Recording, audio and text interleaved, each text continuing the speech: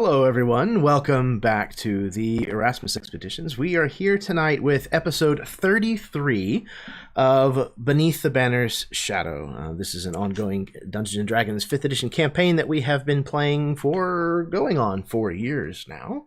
Tonight's episode is called As Above, So Below. This game takes place in a homebrewed world of mine called Rospine. In particular, it is in a kingdom known as Vykaril, which is a kind of Arthurian-themed, English and German history-themed setting, and it's been tremendous fun thus far. We did not manage to have a session in December. It was crazy, holidays, sickness, all that usual garbage kind of abounded. So it's been a little while, but I'm very, very eager to get back to the story of these 5 individuals. Before I pass things over to my players so that they can do introductions and things of that nature, I'm going to go over a couple of points of business. First of all, I do want to thank Rachel Ayres, who is the artist who designed the majority of the house shields that you'll see throughout this campaign. She did a tremendous job and was a pleasure to work with, so definitely seek her out if you need that kind of work done. I'd also like to thank Augusto, also known as Studio Hobbit, who designed the character art that you'll be able to see to the left of everybody's portraits. Did a fantastic job of kind of visualizing these very lovely and tragic characters. Yeah. Oh, as always, this is an adult channel. This is an adult game, and these are all adults. So if adult language and mature subject matter are things that bother you, then this is not the game for you to watch. But if those things are okay with you, well, then you might want to seek help. No, I'm just kidding. Welcome. You're amongst like company. Baron hopefully will be joining us. He's going to be a little bit late this evening, hopefully by break time-ish sometime. We'll be able to work him into the frames, but I think that's about everything that I needed to go over. So I'm going to pass things over to players and let them do intros. So we'll start with Eli. Hey everybody, I don't know what you're talking about, Jeremy. I'm 17. Good to be here. I'm Eli. I am playing Sir John Lightenor, of course, the Knight of the Realm. And yeah, just stoked to be back together with these fine folks. I knew we had been playing for years. I don't think it had occurred to me it was 4 years. That's a lot of years. Yeah, it will be this summer. Cute. Look at us. Well, that's my shout out at the top here. Go us. Absolutely. It's incredible to think about. I check the date every once in a while whenever I think it's getting close, and I'm like, oh, okay, wow, yeah, it has been 2018 is when we started. But it's been a wild ride so far. We've just in the last couple of months completed the very first item on the quest list. So we're going strong, moving at breakneck speed, and I'm sure that maybe I'll live to see the end of this campaign. Maybe. We'll see. All right, next up we have Steve. I was going to say something about not living to see it if I could help it, but that sounded malicious, so I won't say that if I did. Yeah, so I'm Steve. I'm also playing Sir John Lighten. No? But it'd be funny. It'd be weird. I'm playing John Jr., also known as Dane. And yeah, I'm excited to play. It is weird. It's been 4 years, or I guess instead of saying we started in 2018, we could say it was 2 PC pre-COVID. I think it's just a new numbering for everything.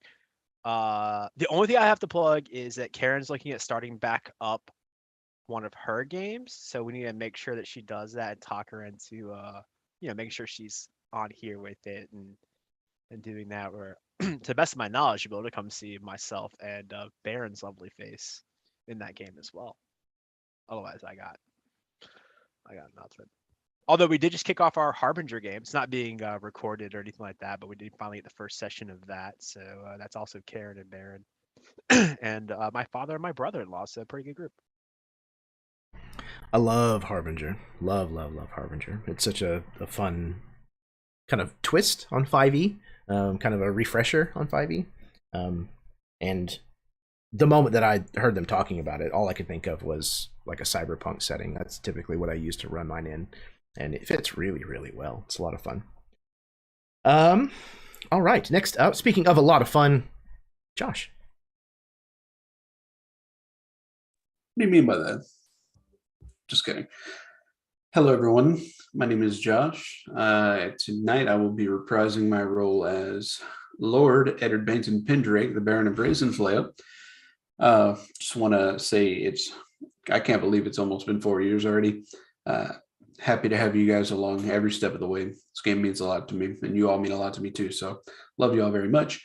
Good news. One thing that I have to plug, I have started making music again. So I have rebranded. I'll send Jeremy my new Spotify links.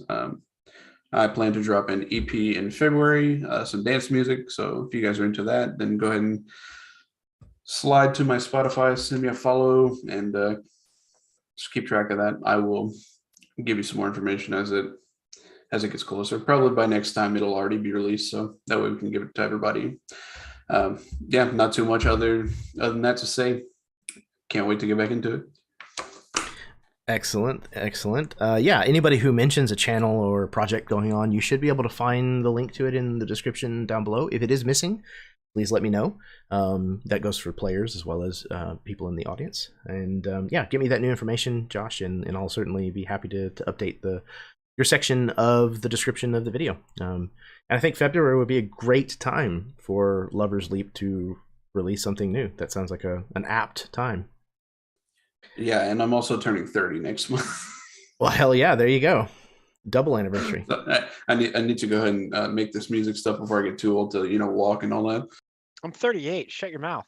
Damn, there's some deep cuts going on. That's fine. I was gonna say. That's fine. I roll the dice on this side, so it's fine. I'll have my comeuppance. Hopefully before I die before the end of this campaign. So, next up we have Karen. Hello, everyone. I'm Karen, otherwise known as Myth and Gears, and yeah, I guess I'm gonna be held accountable now. So I'm gonna have this game start at some point. We're trying to get it scheduled, so as soon as we can get that hurdle over, yeah, it'll be back. I am so excited for this. I have missed this game. I've missed all of you, and it's wonderful to see all your faces again. Let's get going. Let's get going indeed. Happy to have you back as always, Karen. Yeah, really excited for this one, and we've actually got two games coming up next week as well, so super excited for those also. But I think that's everybody who is currently here. So Baron is Baron. You all know Baron. Baron's a good guy. Likes to play D&D. He plays Tord. Yes, sir, Masaka-tord. Sir, Masaka-tord. Yep. Ruffin. And he looks like a red-headed Jesus, for those of you who can't picture him. Love you, Baron. Can't wait for you to show up. All right, without further ado, I think, unless there are any questions, that we are ready to get started. Excellent. Let's do this. I don't know why it's doing that. Hold on a second. Oh, I know why it's doing that.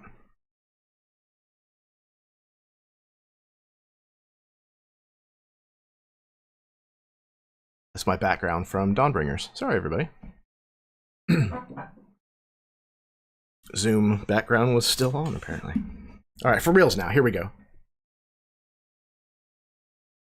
What reality is greater than the fantasy that we paint for ourselves? How can life compare when we wield a brush that can paint much brighter, much bolder? When we decide what subject is in focus and what is merely background? and with a version of such a life being far better suited to our desire and our design. What madness it would be to choose fact over fiction. But if it were possible to make such a fiction into fact, what a world it could be indeed.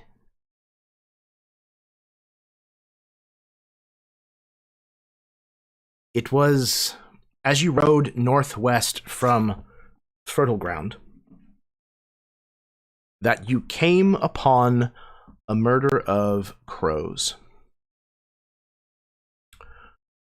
who were carrying seed pods coated with some form of a strange yellow paste. They dropped those seed pods to the ground, and those quickly sprouted into mushrooms. And those mushrooms emitted a spore cloud around you. Though most of you managed to avoid breathing in enough of these spores to have any kind of adverse effect, Sir John was caught in a thick cloud and abruptly fell into a deep slumber. Sir John, you find yourself in a forest blanketed with fog. A collection of dark huts sits before you. Bones are strewn all over. Mewing black cats wander about, seemingly coaxing you towards the door of the main hut.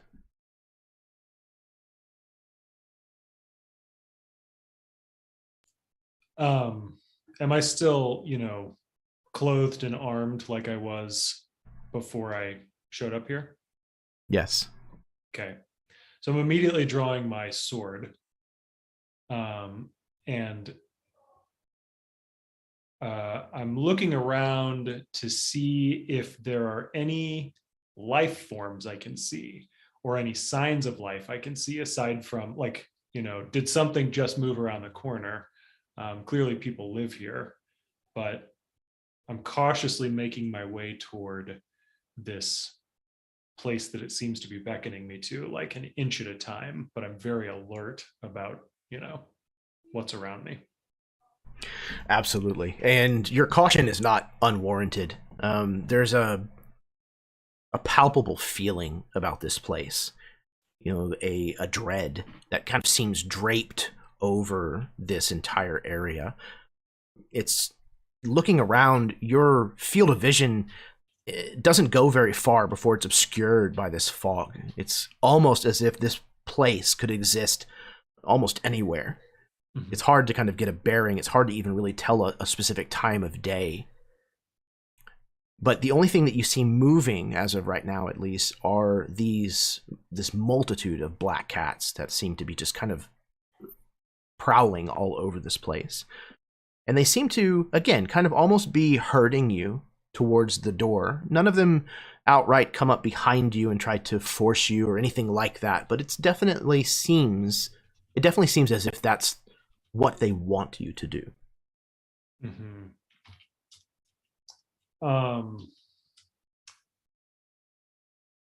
Do any of these black cats have crow features? They do not. You see no feathers, no beaks on any of these black cats.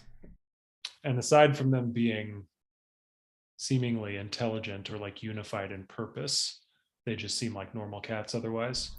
Yes, absolutely. All right.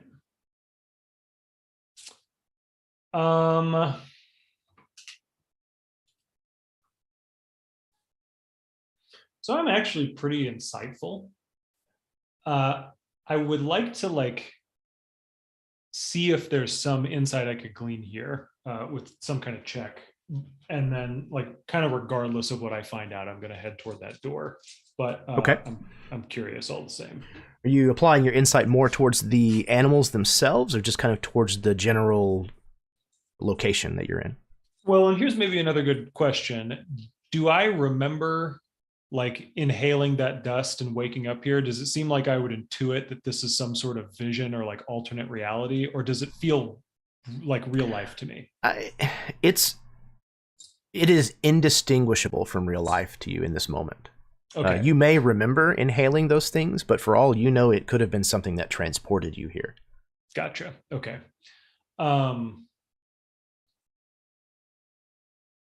Yeah. I want to get a sense. It's dreadful around here. I want to get a sense like, does it seem like I need to be quiet and stealthy? Am I in danger of something attacking me, or is it just kind of like an anxiety-inducing place?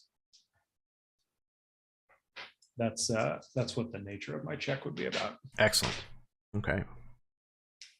I guess how much do I need to be on alert is a big Mhm. part of that question, right? So I got a 14. Okay. Now, being a trained fighter and witnessing some of the things that you have gone through, living through some of the things that you've gone through, I would say a certain amount of caution and trepidation is 100% on point. You don't necessarily feel like you're being stalked by anything, like something is hunting you, but you definitely feel like you're not out of danger here. Cool. Okay. Then yeah, I'm going to move toward the door, keeping an eye on these cats and keeping an eye on, the peripheral of my vision. But I'm also kind of looking around and whispering like, Tord, Dane, Ari, anyone. And just seeing if I hear any kind of response. And we briefly cut back to the group, and we see, Sir John's mouth just kind of, Tord, Dane, Ari. But he's unresponsive otherwise. We cut back to see Sir John approaching the main door of these huts, at least this main hut on the ground level here. And I think I would. Oh, go ahead. Can I interject here? Sure. If we're speaking to Sir John, at least trying to wake him up, and he is not responsive, let me pull up my character sheet 1 second. I am not ready. I have a spell. You tell me if this would work. I'm on D&D Beyond.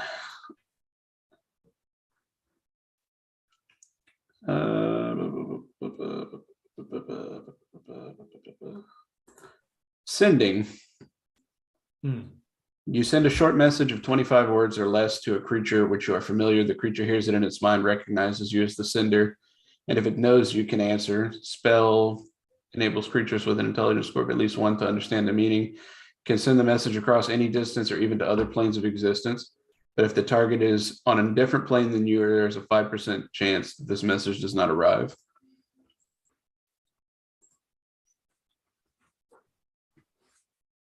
So I think it's more like everybody's just trying to jostle him from his sleep, not to speak with them.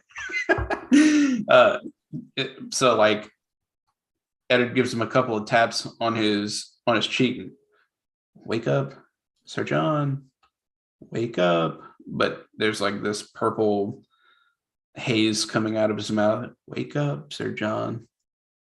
And he kind of looks around to the rest of the group and he's like, what the hell's going on here? So you tell me how you would like for this to go. If it's a 5% chance that I don't know if he's on a different plane of existence. For all I know, he's probably just unconscious and dreaming. But if you would like for me to make a roll or something like that, I can certainly do that. Okay, so I went ahead and rolled. Okay, great. Just behind the scenes here, just to see if it was necessary or not. And yeah, I think Sir John, you hear like a disembodied voice. This voice of maybe Eddard. It's hard to tell. It's almost like a whisper on the wind kind of noise that you hear just as you're kind of like reaching for this door.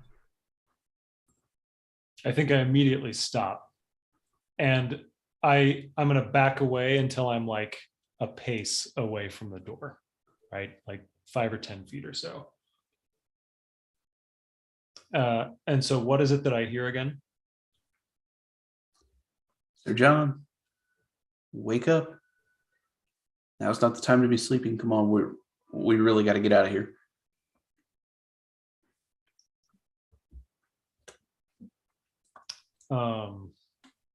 You can respond, by the way. Yeah. I don't think you know what's going on, so maybe you just don't know to respond. Yeah. I think I would say something back. Like if the spell requires me to intend to send something back, then it wouldn't make it. But I think in response, I would be like, I seem awake. Are you coming from inside this cabin? And then you can't send anything back unless you cast it again, right? Correct. Yeah. So I think like I wait for probably a minute. Hello? Anyone? And then I think I am going to like I'm 5 or 10 feet away from this door to this cabin. And I think I'm going to be like, "Hail! Is anyone home? Who lives here?" You hear no response from within.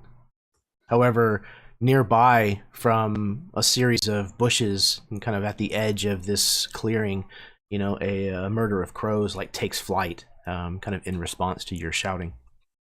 I think I keep the sword pointed at the door. I'm in kind of a short guard here, but I do look over my shoulder briefly just to see the crows take off. I look back, check over. It's like a very tactical sort of experience, right? Is there anything weird going on over there? No, they seem to have been startled by your burst. Does it seem like there are fewer cats around all of a sudden? No, they've all kind of taken up position kind of around this door, and they're all kind of like sitting on their haunches, just watching you, mewing. Okay. I love cats. God damn you, Jeremy. Okay.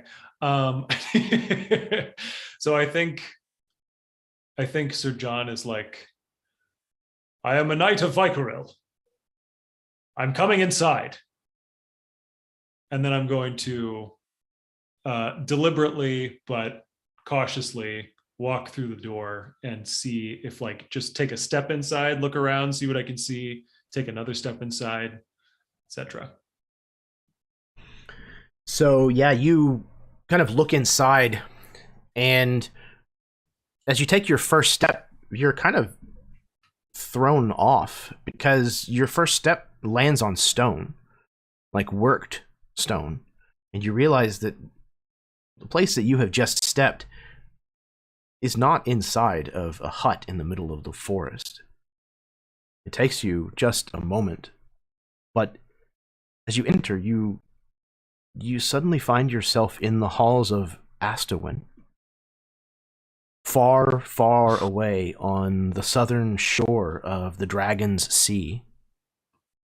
The white and black banners of House Thurnbow have been replaced by new heraldry, that of House Lightnor, but it's different.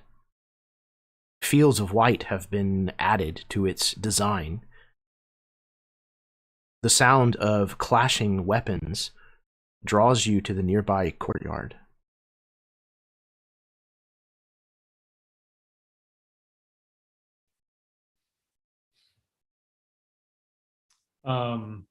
Yeah, I think I still have my sword out.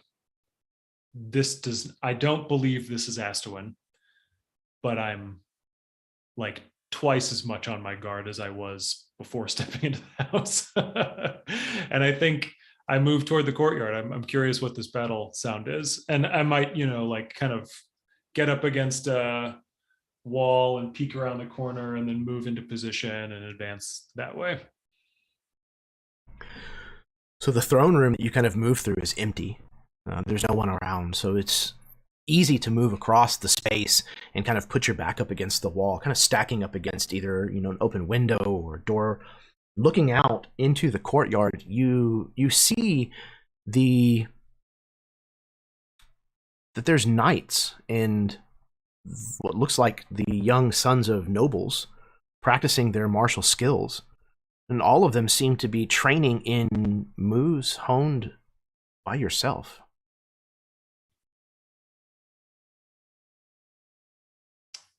Oh. I'm looking around for an instructor or like someone up on the battlements, observing or something. Definitely. There's several individuals kind of standing at the either end of this courtyard, either working, one of them is kind of working individually with a student, and the other one is kind of instructing a larger collection of them in some simple footwork maneuvers. Mm-hmm. I think I say out loud, like, what is this? And is there like a clear path for me to get from this window down to the courtyard? Certainly, yep. Yeah, I think my sword stays in my hand. And I think I'm going to move a little more casually. Like I'm more concerned with speed now than with caution. And I'm gonna like briskly walk down to this courtyard area. So you move down kind of into this courtyard, and as you kind of leave the shade or the shadow of the building itself, kind of stepping out into the courtyard, one of the instructors, the one that is instructing the group of students, kind of stops and turns in your direction, and he says, Duke Lightnor, good afternoon. I think these lads will be ready for your test soon enough. No. No? You will not tempt me with this. Where am I? Who are you? My lord, I'm not sure I understand. You hear a voice call for you from a balcony up above. And as you turn and look, you see the Lady Laudine of Astuin, a young boy upon her hip. A boy that looks nearly identical to the depictions of you from your family portrait that hangs in Kerwall. She smiles and waves down at you, beckoning for you to join her, as the words from her lips address you as my love. No. And I think I bring my sword around and like get back into short guard, pointed at her. And I say, who are you?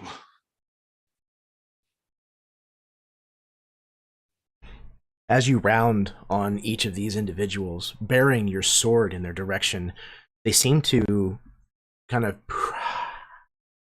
dissipate into fog and smoke. And soon even the stonework, the battlements around this courtyard, the trees and the plants, all of them seem to one by one disappear into this foggy smoke. And eventually you find yourself back inside that dark collection of huts in the woods. Like same place I was before this vision change? Yes, Just only on across the the threshold? interior. Yeah. Mhm. I think immediately I'm going to shout out, show yourself, you coward.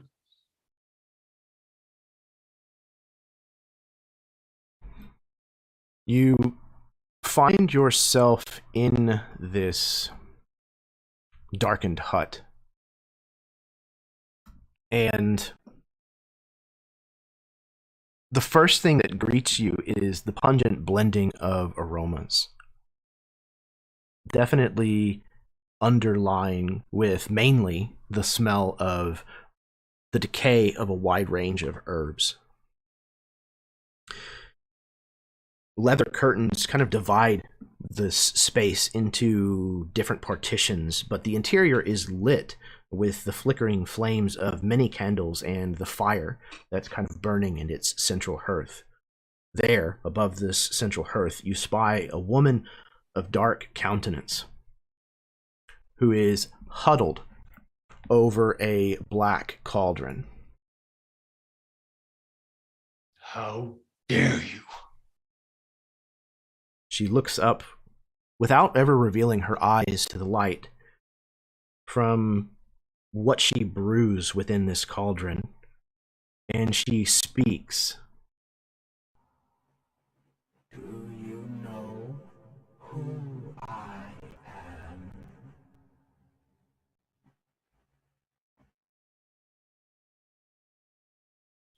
Does she look like either of the witches that we faced way back at the beginning? Does she look like anybody I would recognize? I don't think so.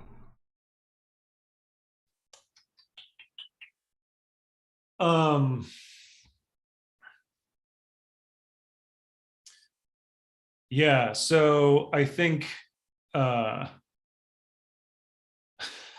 think I'm gonna say I know you are a deceitful cur.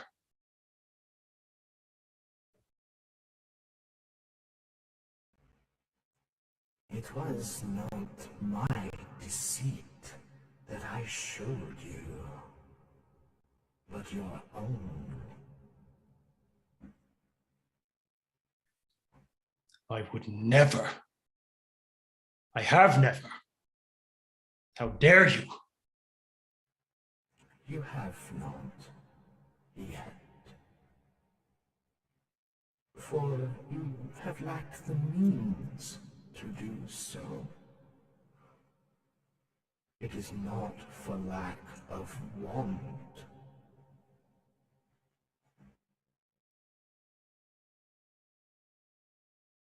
Give me whatever message you've brought me here to give me, but know this.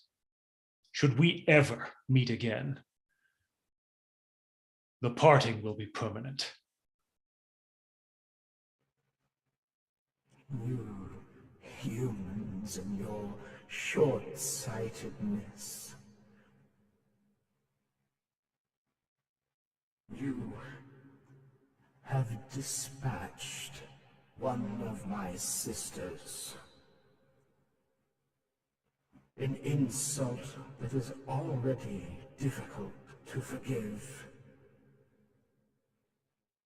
What I offer you, the sight that you just saw, that you just lived,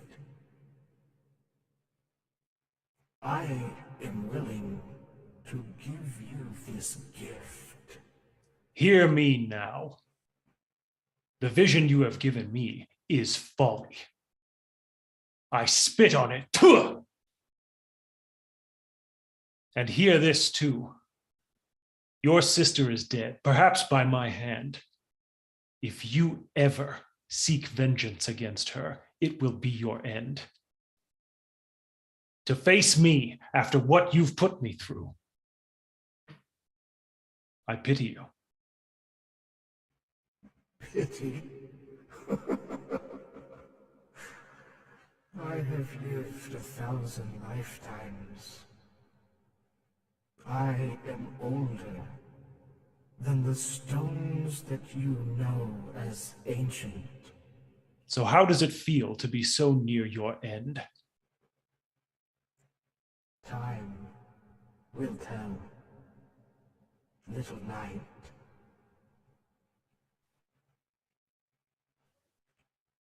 Go back to your friends. Look them in the eyes. And tell them how brave and noble you are. But know that I know what really lives in your heart. I think I'm going to charge her. I'm gonna try and kill her. Fair enough. As Sir John levels his sword and charges forward, the rest of you, How have you been handling Sir John's comatose state?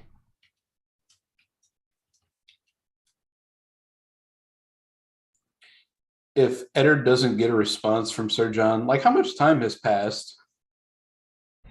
So you did get a response. It sounded Oh like. yeah, well, Mhm. if I can't make anything from it, because I mean it sounded like nonsense. Right. I'm sure what I told him sounded like nonsense too to him. I will expend another spell slot to cast Identify. I want to see if I can figure out what kind of magic this is. For what it's worth, sleeping Sir John has been crying for a while. Oh no. Yeah, we got to wake him up. I got to figure out what's going on. Yeah, I will cast Identify. Okay. Let me see. Can Identify, or is it Detect Magic? No, it's Identify. Identify, Oh, you wait. can do it on a person? Yes, Identify. If you touch a creature through the casting, you learn what spells, if any, are currently affecting it. That's awesome. I don't know that I've ever seen Identify used that way. That's really A badass. first level spell. That's really cool. I think I've only ever seen them used on items before. That's badass. Eddard has certainly got his mileage out of the spell since the beginning. Okay. What spells, if any, are currently affecting it? So it is definitely some form of sleep magic. I guess that would probably be enchantment school. And there are probably even tendrils or traces of illusory magic as well. Okay. Yeah, I mean, other than that, there's not a whole lot I can do, but I certainly relay that to the group, and I'm sure. I mean, we all saw the spores come down. Yes, and then all of a absolutely. sudden he was unconscious. Yeah, and it's clear to see that like whatever spell is on him is like coursing its way through his respiratory system. Okay. Yeah. Looks like enchantment magic. I don't know how to break it.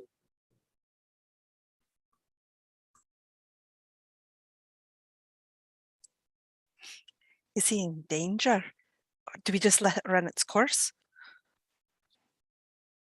I don't know. He seems to be in a pretty bad shape right now. I don't know what to do. I reached out to him. I messaged him. He talked back to me, but I don't know how to wake him up. Well, I'll try this and I'll slap him.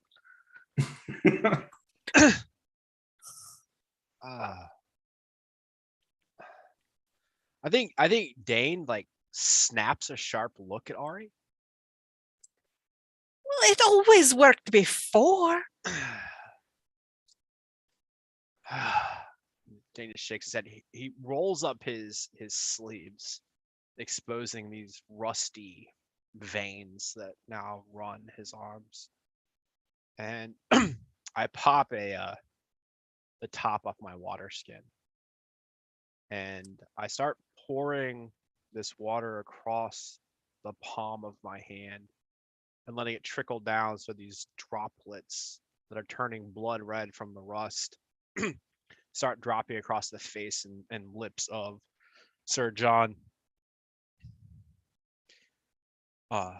And I think you see that sort of golden energy that Dane normally uses to heal start to pool around both of them. And you see it reach up to, you said you're crying, right? I think you see it reach up and it rolls underneath Sir John's armor. And you can see this movement. And then this energy starts to pull out from around his heart, starts to pull this ephemeral net, something that would have been ensnaring, and starts to peel it back. I'm casting Dispel Magic. And I'm going to cast it in a 6th level slot. Okay, so at 6th level, it automatically gets rid of 6th level and below? Let's find out. Let's see. Any spell level 3rd level or lower, target ends. For each spell of 4th level or higher, make a check. Maybe you can't cast it up. Let's see. At higher levels, use a spell. force levels you automatically end. Yeah, so at 6, can. I'll drop 6 level spells or Okay. below. Okay. Or you have to roll. Or I have to roll if it's higher So than that. please roll. All right. Everything's fine. DC equals 10 plus the spells level. I'll give you a bardic inspiration on that. All right. I'll assist you in whatever it is you're trying to do. All right. So I think you see like this net being pulled out by this watery hand, this woman's hand that in moments seems like it's gloved in that sort of duelist sword holding glove. And all of a sudden that net tightens back around. I think Dane instinctively reaches up and grabs like the hem of Eddard's shirt. And you can see that, like, I mean, I'm expending the biggest thing I can. And you can see like this struggle. And what's your bardic inspiration die now? 8?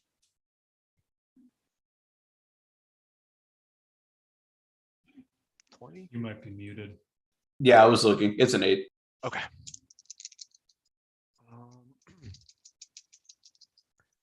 So it's going to be 17, 22, 27. If I could interject, I see the hand kind of starting to pull the net, and it gets a little tighter, and Eddard just kind of whips around, and these traces of purple smoke kind of ensnare the glove, and he just yanks a little harder.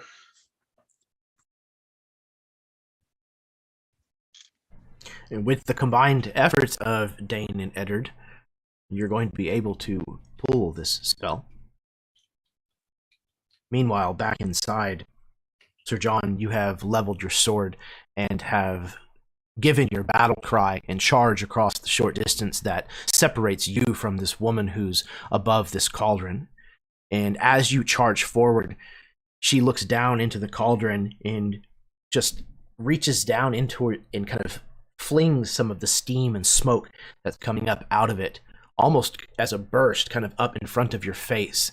And you shield your face for just a moment from the heat and the sting of these kind of acrid boiling herbs and whatever else was in this cauldron. And when you blink your eyes, you're looking at the sky, the canopy of trees above you, and Dane, just at the field of your vision, looking down at you, concern etched all over his expression, I would imagine. I am in such fight or flight mode right now. Like immediately when I wake up, I'm like a caged animal, and I push Dane off of me, and with all my strength, like it's probably enough to knock him back a few feet, right? Like skid along the ground a touch. And I leap to my feet, and I'm screaming like a furious battle cry. And I draw my sword, and I'm looking around, and I like every person meets eyes with me, and every person thinks they're maybe gonna die in that moment. And then I realize like there's a moment where it flashes on me, right? And I just scream, and I turn around, and I like swing my sword as hard as I can at the tree trunk, and like a few inches in, right? Like the tree's never going to recover. And I think I just like stumble over to the side of the road or wherever we are near that tree, and I just like collapse onto the ground, and I am like bawling, heaving, racking sobs. Like it's really bad. And that goes on for probably like, I don't know, a few minutes. Eddard will walk up and kneel down next to Sir John. And Eddard is a very sensitive fellow. And Sir John puts on a good front. And Eddard has never seen Sir John like this. So all Eddard can do is be present for his friend in his time of need. And as you're kind of just racking yourself with the tears, And Eddard is just kind of whispering to you. He's like, there. It was an illusion, Sir John. Enchantment. I think I'm just like still totally distraught and like sniffling a lot, and I'm probably like in the fetal position on the ground. And I think I just say like, such awful lies.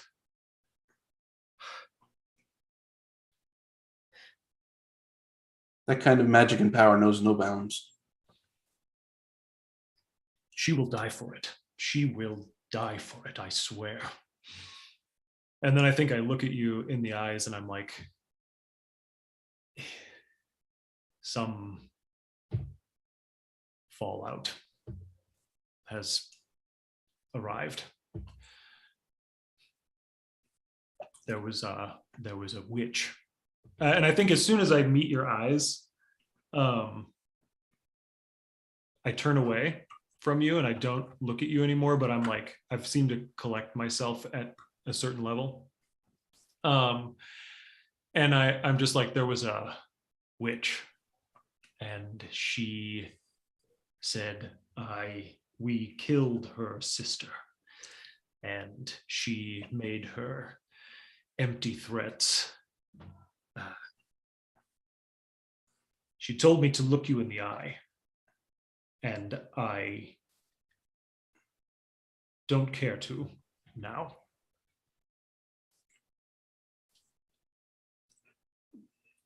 You're right. Baseless, empty threats. Eddard stands up from his knee and he extends his hand to Sir John to help him up. We'll make sure she pays for it. Thank you. That was awful.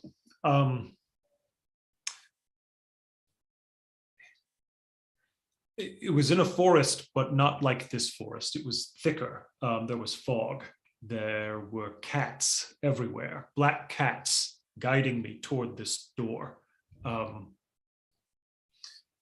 were crows.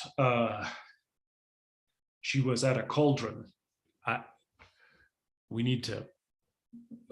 We have to find out who she is. So many enemies. What's one more?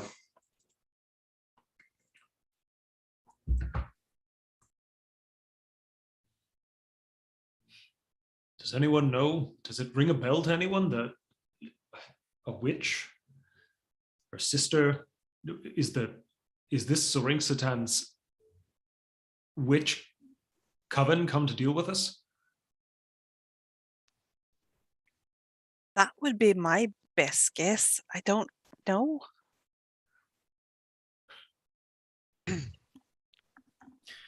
They must pay. They must. I must ask this of all of us. Doesn't have to be now, but they must someday pay for this. They went too far.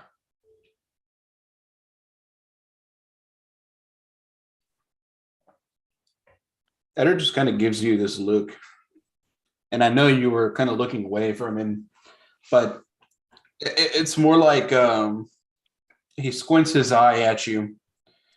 And you get that look like, what the hell did they just put you through? But he nods.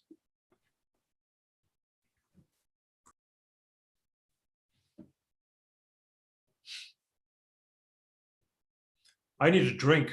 Does anyone have wine? I imagine Tord is the first one who just like he throws it and I thrusts can't. And I take like a big pull from this wineskin. And then I just like, can someone help me up? I guess Eddard wasn't strong enough. Oh, sorry. I'm on my feet. Ugh. I don't think I should sit on a horse for a while. Can we take a break?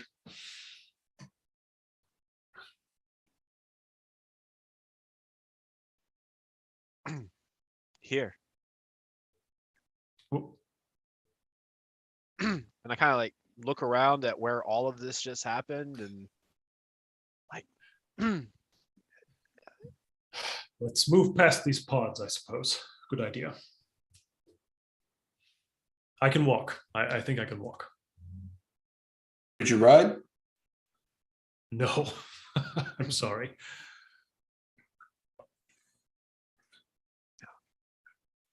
Well, we Like have a how- wagon, don't we? Don't we have a cart? I think we do actually. One of my Do, retainers yeah. probably has one. So I can sit in the back of the wagon for a while. Yeah. If anything, you can ride with Eddard on his Angurian stallion. That won't work. I don't think I have the balance for it. I have assumed since day one that we always have a wagon that has like your clothes and Yeah, stuff pretty in it. much. Yeah, there's like a chest of finery. Sir John's endearing followers that just All of- follow him around. There's so many seals that you have to carry around as a noble. It's really... I've always imagined Sir John's tent to be the one that's got like the nice wooden chair in it and a wooden desk. It's like a director's chair that's just out of time. No, like a full on like hardback medieval chair that one of your people Like a has to throne. lug around and put in there every time. Feels I've like a always- with the wagon, but rug. you know Yeah, Worth it. I have just always assumed that. what? And just think they've been traveling with us since the beginning. Right. Yeah, And if They've I been not re- all across Vykaril with that big They're wooden not the chair. named ones because the only thing they do is put the furniture in the tent.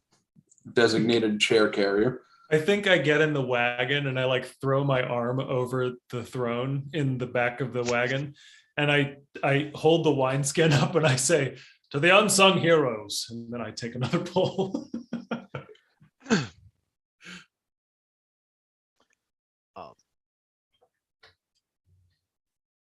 So I think Dane's gonna drop back next to Eddard, whether walking or riding.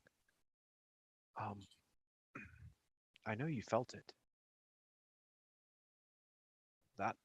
That was some incredibly strong magic. Stronger than any I've witnessed in person in all my years. Stronger than anything we've faced so far. That Yes.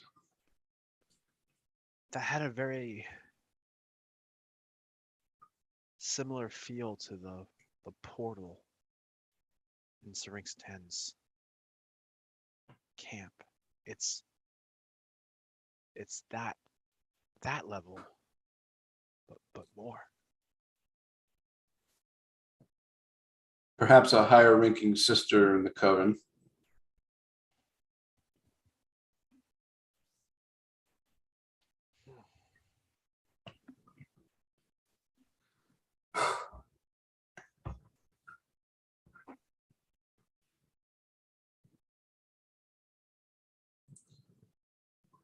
Why do you think he's so consumed with? What do you think he saw? I don't know, Dane. You know more about Sir John than I think I do. What are his worst fears? Himself? Then, if I had any guess, I would venture to say some alternate version of himself, some future maybe. Things just went horribly wrong.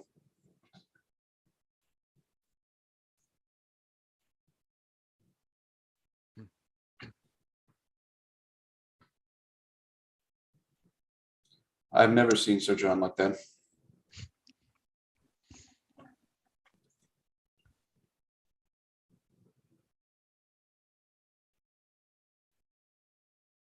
But if that's the case, whoever it is, they know so much about us, or at least him. Well, the mind is vast, subconscious, deep.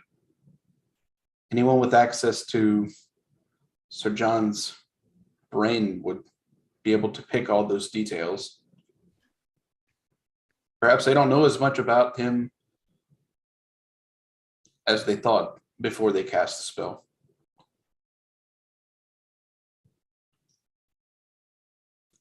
He was just unlucky. Could have been any of us.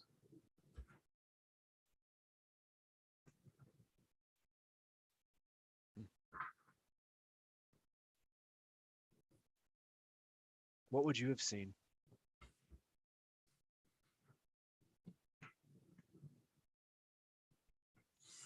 When you say that, I think you kind of see when you look. When you say that, you say, what would you have seen? You look at Eddard, and he's not looking at you, he's looking forward.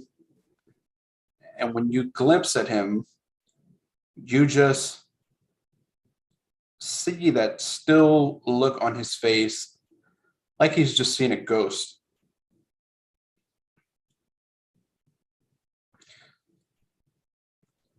Somebody that's been plaguing me for years.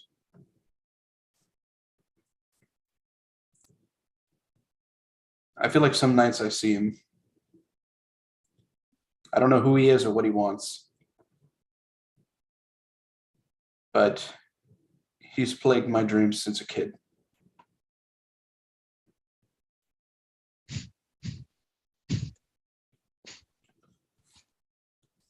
Yeah, and there's like a flash out of Eddard's eye. This like purple inner, like this purple. He just blinks to himself and he shakes his head.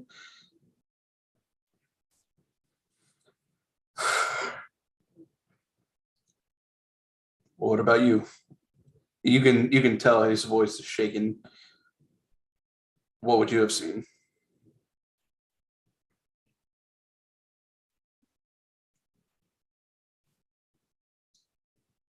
I've already seen it.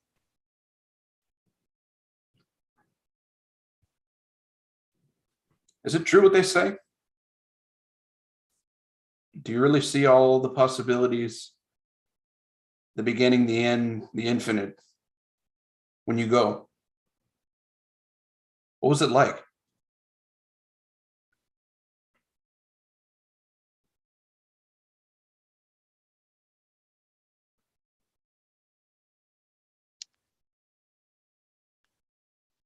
Have you ever been this man you see in your dreams? Have you ever been so scared of him that you go to scream, but no sound comes out?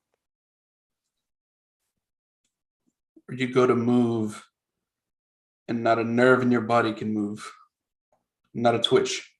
That's what it's like.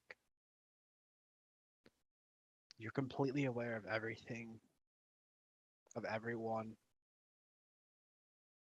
You're completely aware that you're not anymore. And the first thing you feel is all the things that you've never done.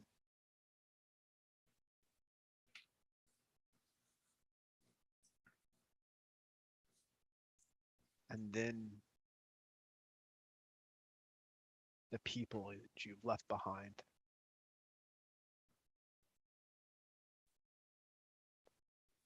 And that all happens in a breath. If you can call it that when you're not breathing.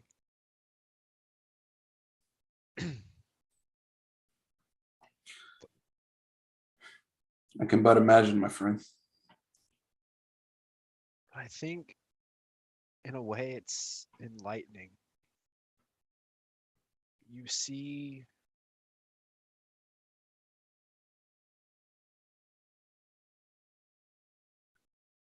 there's no pretty colors. There's no fancy words. There's no elegant music. There's no beauty. There's no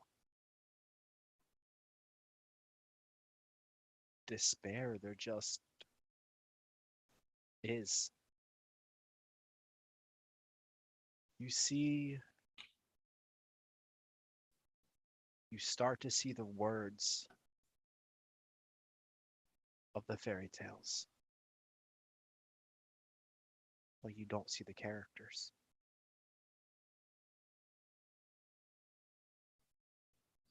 And then you forget them. Enlightening. I don't know if that's the term I'd use for it, but It makes sense.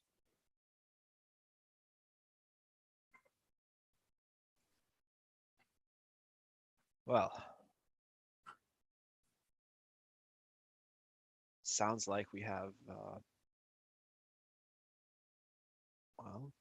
a witch to kill for Sir John.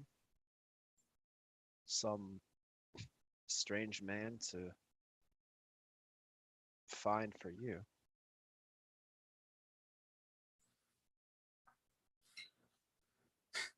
Many a quest. But Eddard kind of looks down at his steed. One hoof in front of the other. Always.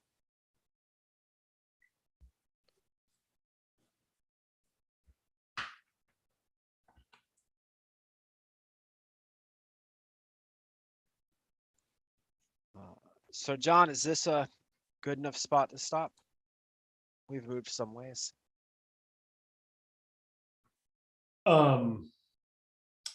Yes, we're past the pods. I can just be in the wagon for a while. We can continue. That's no problem.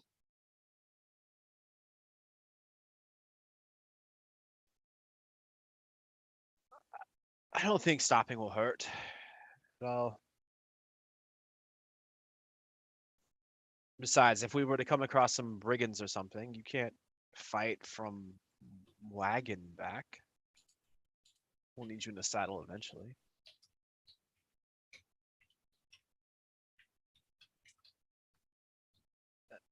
And I see you kind of like reluctant to call for the stop.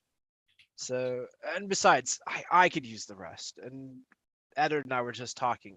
He could use the rest also.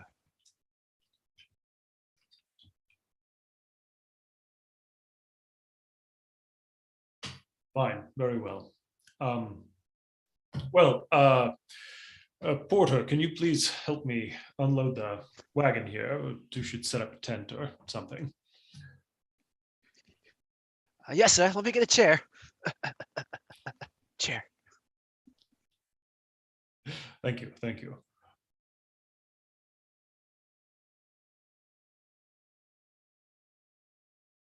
And then, yeah, I figure like a short rest will do me, but I don't need that even on paper. So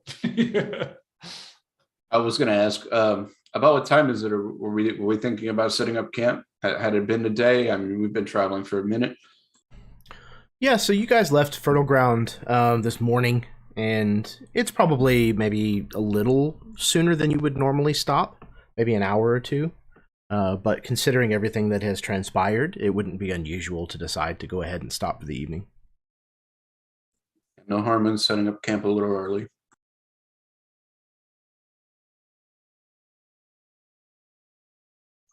We're stopping. Give me back my wineskin. Ladies and gentlemen, Tord! yeah, sorry, it's a little lighter than it was before, but I feel great. Yeah, that was. Is there some left? I'm like shaking it It's just mostly back. disappointedly. I needed a moment, all right? I thank you for your wineskin service. Jeremy, I think maybe this northern reach that comes out of Fertile Ground, back in the day, maybe if you're cool with it, there were some older farms here. So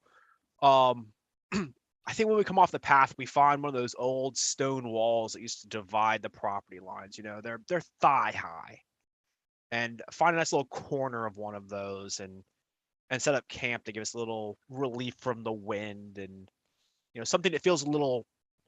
Dane's looking for something that's going to feel a little safe because of what Sir John has went through. He doesn't know what it was, but that feeling of having walls around you has a different feeling than just being in a field. And so I'm going to do that, and then perhaps wander off to some nearby trees and get some, you know, late season pears or apples off of them and come back with those. trying to make this look as campy as possible. Not, you know what I mean, camp-like as possible, but also trying to find a few comforts out here. Because the look that Sir John woke up with, that animalistic, this world versus that world, is a familiar string for Dane.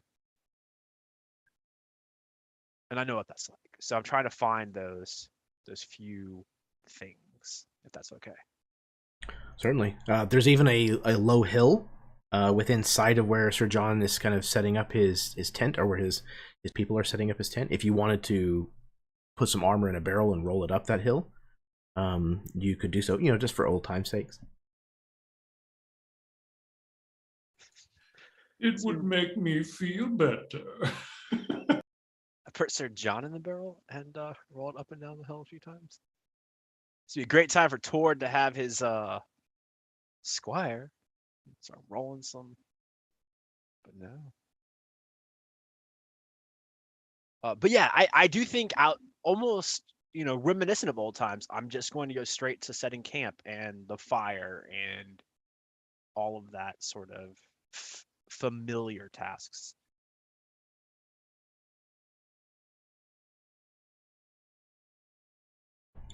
Yeah, it's certainly not difficult to do. You're kind of in the the breadbasket of the kingdom here. Fertile Ground is an aptly named place, and you're between there and the kingdom, the heart of the kingdom, the capital city. So it's definitely kind of lush and virulent, and it's not difficult to find things like fruit that is still on the tree that has not been claimed by anyone, and a nice old tree that's kind of been left to its devices unmolested to grow nice and big and shady, that you can kind of set up camp beneath. Plenty of wood for a nice big fire, so you certainly can make a cozy camp for the evening. And I would imagine, though Dane's house and the hospitality offered by his parents was very generous, I don't imagine that there's enough comfort to really be had by a group quite as large as your entourage entails. So this is probably the first time that you've really kind of enjoyed, well, I guess since Shenin coming back from out in the wilds. You probably had a pretty decent night rest there too. But it's nice. You don't feel that ever-present danger here.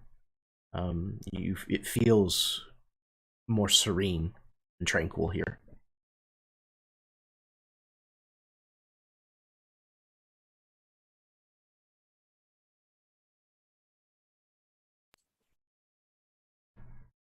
I think at some point, Sir John, while we're relaxing around the fire, after sunsets, and he's been pretty quiet all night long, talking here and there, but not very much. Clearly a lot on his mind. And I think he says, I'm remembering more about my behavior after I woke up from whatever that was. And I am sorry to have done anything that might have alarmed you.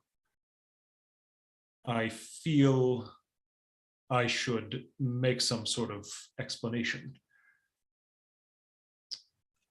I told you that the witch showed me awful nightmares, blasphemous things. And you all know that I have incredible love for the Lady Loudine of Astowin. Never in my wildest dreams would I want to drive a wedge in the family that she has found. And the witch pushed me so far past that point. It was awful, as you found out. And I suppose now that you've seen what's probably the bottom for me, I want you to know where it comes from. It's a really shallow bottom. That's really not that bad. I don't mean to like invalidate you in any way, but we're good. We're fine. I'm not. So you don't mind the wine that I drank then? Well, if I didn't give you a hard time, what am I doing?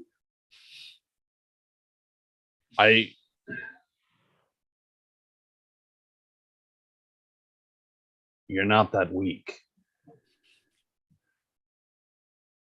I did threaten to kill her. You should have seen it. We threaten to kill people all the time. Oh, this was special. I don't remember half of what I said, but... Well, I'm disappointed I failed to hear it, John. It was quite a lot. There are words I'll never be able to take back. And I wouldn't want to. Well, no.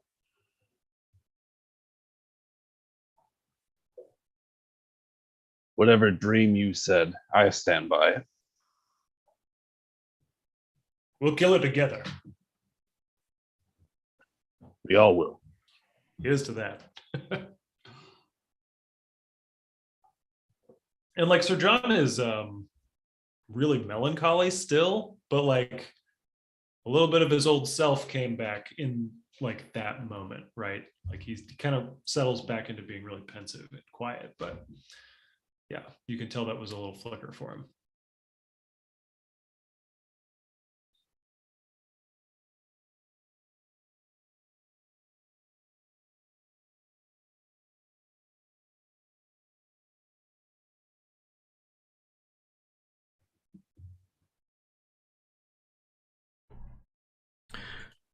So the evening at camp will be uneventful. Nothing's going to bother you while you're sleeping.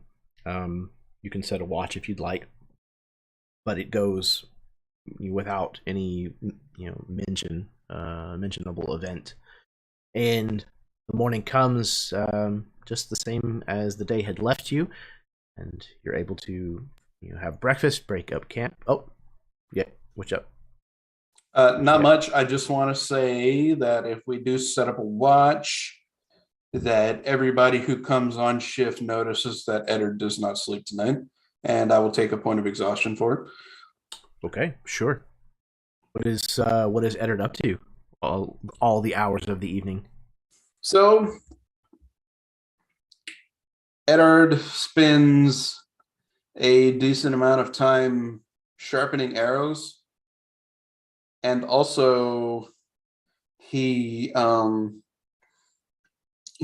not to be too loud about it, but he's holding an arrow in his hand, just one arrow, and he's just kind of raising his hand, and the purple energy is surrounding his hand, and he just passes it over the arrow, but nothing seems to stick.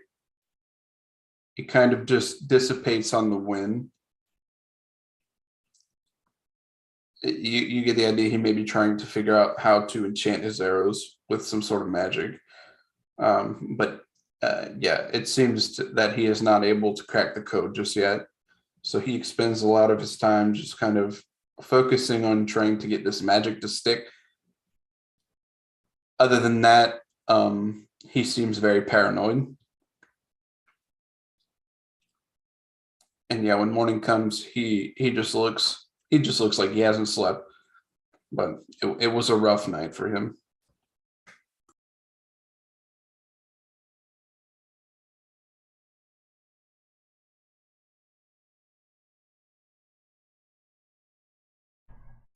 Before I move things on, does anybody want to respond to anything they may have noticed with Eddard staying up all night, or in the morning whether they notice his exhaustion? I imagine I'd take a watch. Like, I picture towards the type of guy that at like 3 in the morning, he's up for 30 to 45 minutes either way. So this is just kind of the watch that I've adopted to and broaden that. So putting my back to Eddard's, just so we get like the full, 360 around our camp. You're awfully tense. Have been for a while. Yeah. Seeing Sir John go through what he went through, being able to identify it and being able to subdue it with Dane was a lot. Was the most powerful magic I've ever seen.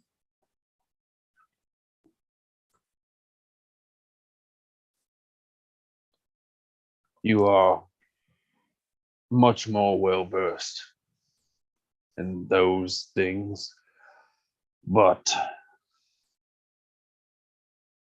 as I was saying to John earlier, a slight slip up of Sir John, a moment of weakness.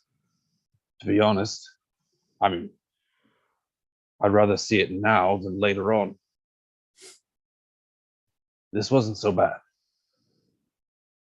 This is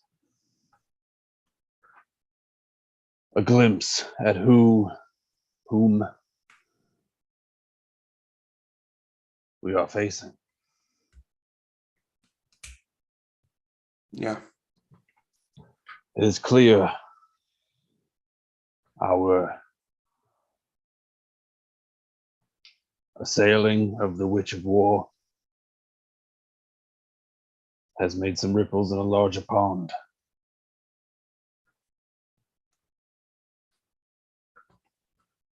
But even that magic doesn't hold a candle to what we just saw. A seed of doubt, but nothing more. You can tell Eddard's not telling the whole truth. He's not hiding it very well. He doesn't need to. Like you said, he's not hiding it very well. I don't understand the greater machinations of these people, whomever they may be. But it's certainly no good. And regardless of how powerful they may be, we'll take them down one by one. And whomever is doing this won't have the power to do it. They work in covens, the witches, presumably.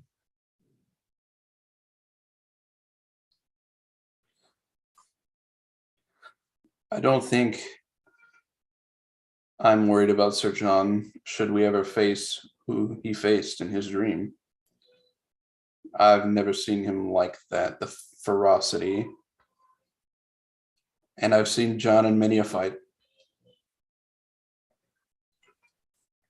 I think that was the first time he fought someone within his own head that wasn't himself. I think you're right. That'll do it to anyone. I had a toothache once. Unbearable. Do you know what it's like to have a pain inside of your head throbbing that you can't do anything about? I had the tooth knocked out. Well, I'm sure that relieved a little bit of pain from you. Well, he can't knock out a dream. It will linger, but it will fade. They fade. Dreams fade. We can glean more for what we've learned to better prepare ourselves for the next time. Yes. You're right. Thanks, Tord. I don't know if I was necessarily looking to be right. Just to ease your mind.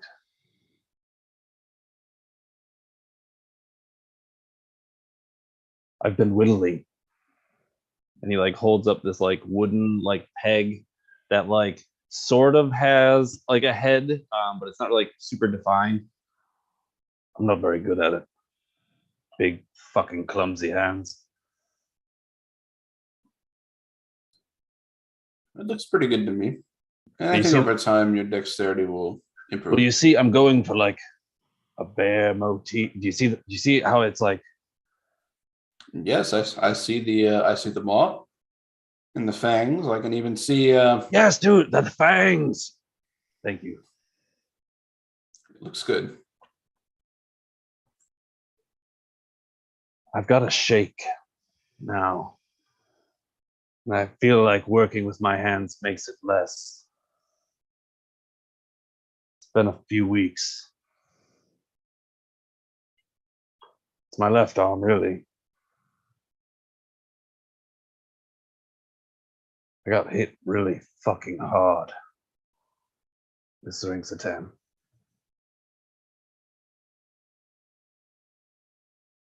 I don't know. Goes numb sometimes.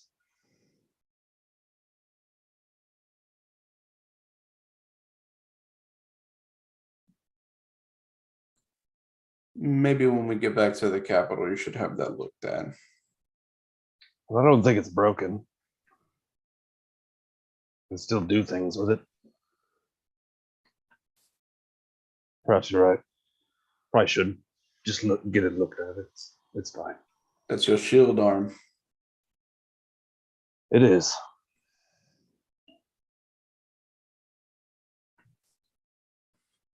Anywho, I think you're right with the whittling. I think it'll help to improve your finite dexterity.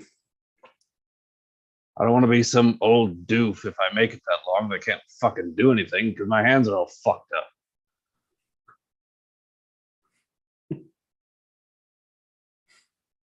My dad always told me that he wanted to go out before he got that far, and I kind of get it. I think I understand too.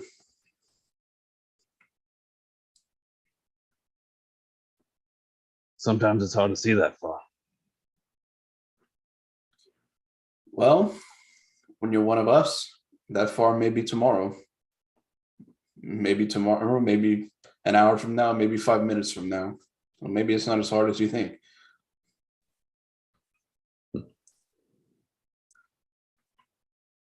I do have lands. You go home. Be an old man who sits in his keep. It sounds really boring. Ugh. Yeah, I agree. Being a lord sitting on a throne, writing decrees and barking orders at people. I don't know if I'll be very good at it. It's just a title for me. I can barely act on it. I feel like Sir John and I are a lot alike in that regard. When we were in Kerwell, I had no fucking clue what to do. Made me mad.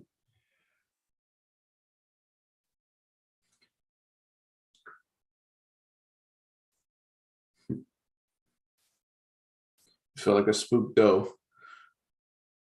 surrounded by wolves. I prefer wolves. Their intentions are clear. They're trying to kill you. They wear it on their face.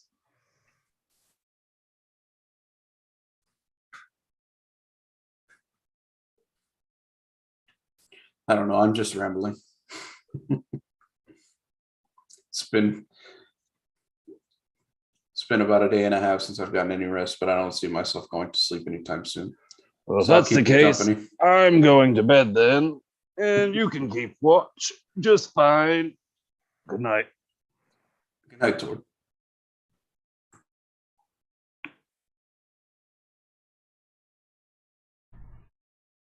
The next morning, you're able to have breakfast break camp, as I said. Take as little time or as much time as you wish. No one here seems to trouble you whatsoever. There are a lot more people present on the road lately, since you have left Fertile Ground. There's a lot more traffic that's kind of coming and going from the city of Malric that is just a little less than a day ahead of you. So you're able to ride on, and soon you can hear the din of the city, long before you can see anything more than the tips of its parapets and spires. The smell of roasting meats and the smells of city life, the ones that are unpleasant just as much as the ones that are pleasant, begin wafting to you before you reach the gates. Reaching the gates, they stand wide open. The guards are present, but not paying very close attention. It seems that most of the people here, on this side of the city at least, seem to be rather at ease. It's strange knowing what was transpiring to the east of here. However, there are many miles that separate where you have been and where you now find yourselves as you ride beneath the gatehouse and beneath the kind of downward teeth of the portcullis.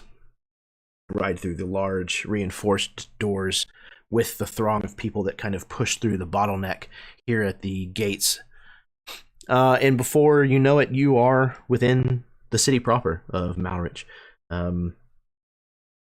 Again, it is the capital city of the kingdom of Vykaril, the current capital, and there is any manner of thing that you could find here, any service that you could hire someone to perform for you. It's very much a urban metropolis place. You know as much as you were here not all that long ago, probably maybe going on a month or so ago at this point, since you set out from here with the intention of riding to Angorshire. So at some point, you know that you're expected at court to report back into Queen Ariel Shom, to let her know what has transpired. But until then, till you're kind of called up, so to speak, you're kind of free to do whatever it is that you would like to do here in the city.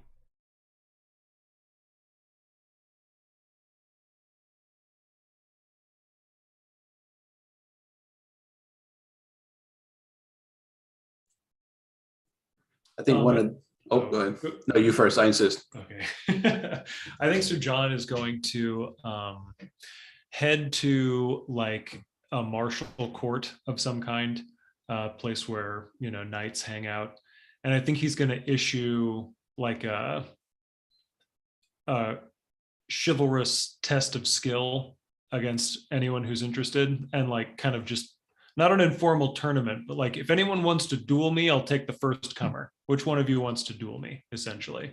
And then let's establish a time and a place and get that taken care of. Yeah, there's probably even, near the center of the city, one of the nicer stables or something like that, where you can house your horse. And then beside it, there's what essentially would pass as like a guild house for, fighters who train and swap techniques and, spar with one another, things of that nature. And there's probably some kind of basically a bulletin board that you can tack up such a challenge and have somebody who will come along and answer it with hardly any time passing at all. Cool. I kind of want to like start doing this everywhere we go. And I kind of want to keep track of it. Do you want me to just like make up names for these people? Yeah, that would be great. Absolutely. Cool. I don't necessarily need to like say them out loud right now, but I'll write them down somewhere. And yeah, and there will be some cities where it would be harder to find an opponent. Especially like the smaller villages and things. There wouldn't be such a board present. But in Malrich, there will be no shortage of people at all. Are you posting as yourself? Like, come fight me, Sir John Lightnor, or are you like, come fight? Are you gonna like masked? Who is the Crimson Avenger? Oh, please God. Stone Cold John Lightnor. No, I think what I do is I show up at these places where practice is going on, and I observe some sword fighting or whatever, and I kind of like pick out the top three that I'm interested in, and then I might approach them afterward and be like, semi-publicly, when we're all in the same room together or whatever, like go up to one of them and be like, "Hey, I'm Sir John Lightnor. I think you should duel me," or the So courtly equivalent thereof. I think Tord would make it a point to like go with you. Like this is like like we're gonna go down to the training yard. We're gonna see what's going on. We Right. got a couple hours here, and like sitting, watching. I feel like Tord would gas you up. Like, do it. He's Just do my it. second. You just want you. I'm not trying. You want to do it. Yeah, no, that sounds great. And I think like in the course of this duel, or maybe these few duels or whatever, I am clearly realigning myself. Like this is sort of my comfort food. And I was really feeling erratic, and I started off the duels pretty erratic, but I held on long enough to like center myself again, get back in the zone, and work some stuff out through my body.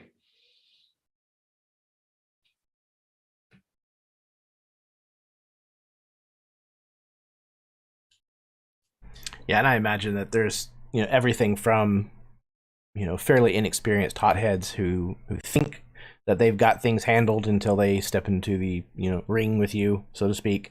And then there's others who are much more evenly matched with you. But I would imagine that Sir John frequently outperforms his opponents. Is there anybody there too, like watching? Oh, absolutely.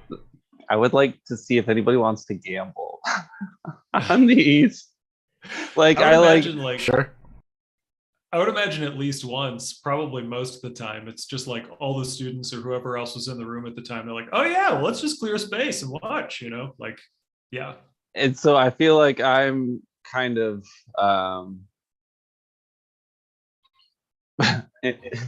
prepositioning these people for like I have 10 gold on my guy.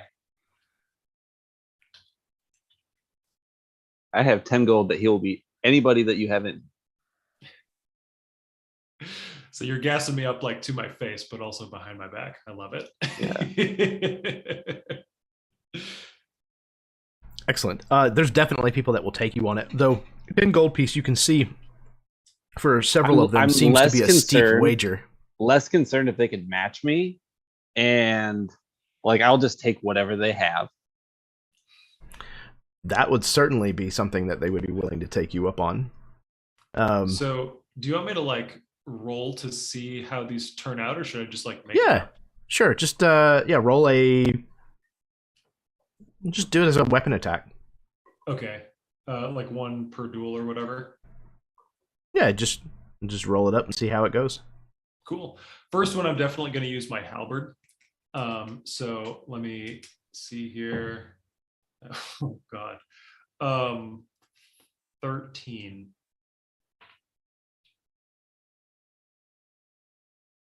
Okay, so yeah, that one was definitely closer than you would have liked.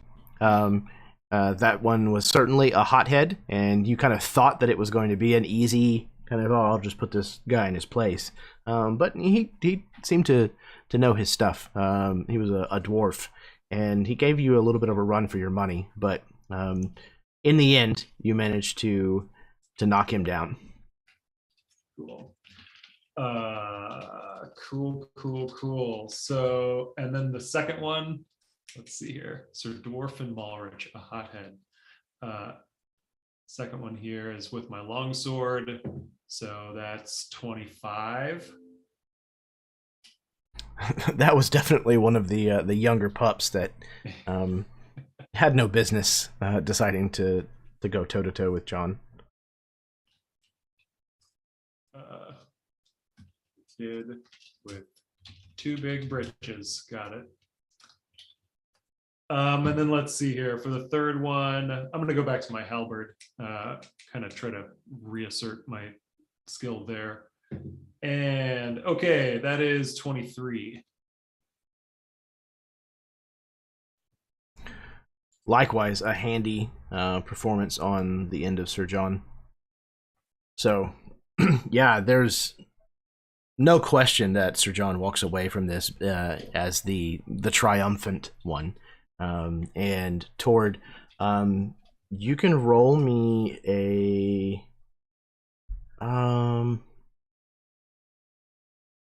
d20. 19. Yeah, okay. So you earned 19 gold pieces from the various bets that you placed throughout the day. Tord takes these 19 gold pieces. He takes one, and I imagine there's like a railing that kind of separates the yard from like the seating. And he like shows everybody, and he's like, and this is for Vigilla. And he like sets it on the railing. Any of you who touch it will be cursed with bad luck. And he like tosses the pouch and like puts it in his pocket. And, like goes to congratulate Sir John. I guess not really congratulate, is more like, let's get out of here.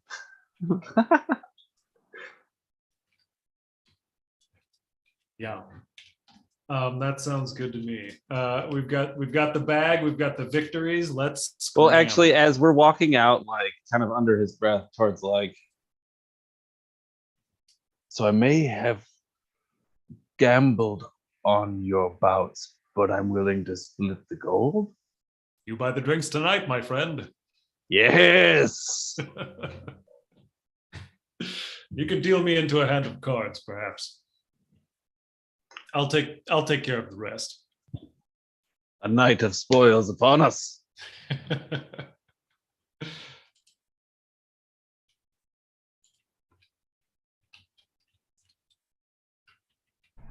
Excellent. Anyone else? I think Ari would have spent some of this time in the city to look for maybe lesser traveled areas where she might run into her own peoples, and not so much wanting to strike up conversations as such, but to hear if there's any rumors or anything coming from the north. Because the last time we'd heard there was this massive plague, and Yeah. So you find a few elves here, but there's actually like a distinct decrease from even whenever you were here a month ago. Most people might not notice, but you in particular, looking for other elves, you would definitely notice that there's a sharp decline in the amount that are at least out and about. And as you find one, to talk to or whatnot, those that you come across here in the city, they almost address the situation more as if like they're kind of trapped here. And the explanation is that this plague in the north has gotten so much worse. worse. It's spread like wildfire. How far? It's hard to say.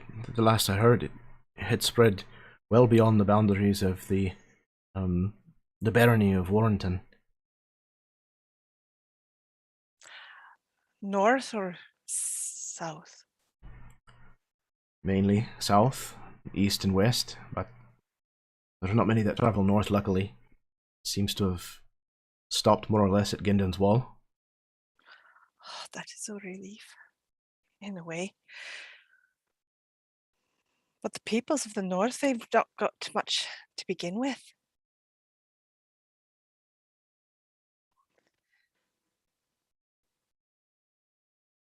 Is it as bad as they're saying? Leaves no one alive. There aren't many survivors that I've heard of.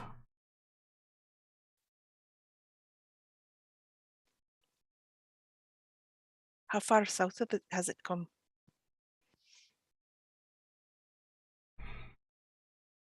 Last I heard, there was a village about halfway between Warrenton and Malrich that people were beginning to become sick. And that's actually quite a ways, right? We're talking like if it's come halfway down, like that's substantial. Yeah, I'll pull up the map in a moment here. Let's see.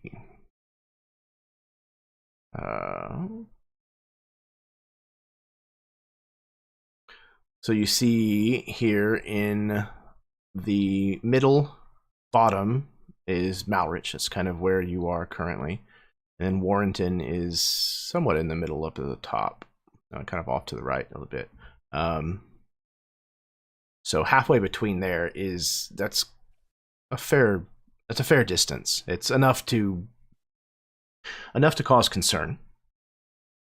Mm-hmm. And there's been no ways of stopping it. Have you heard anything? From what I've heard, most of the people who have tried have died. And the people here, do they even know?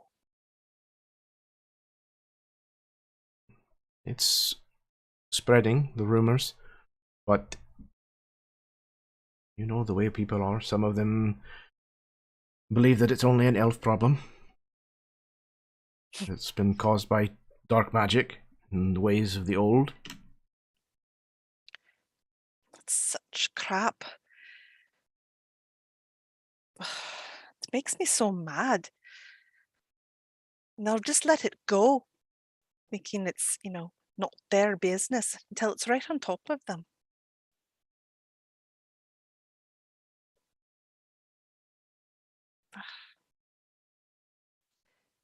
And you say you're stuck here.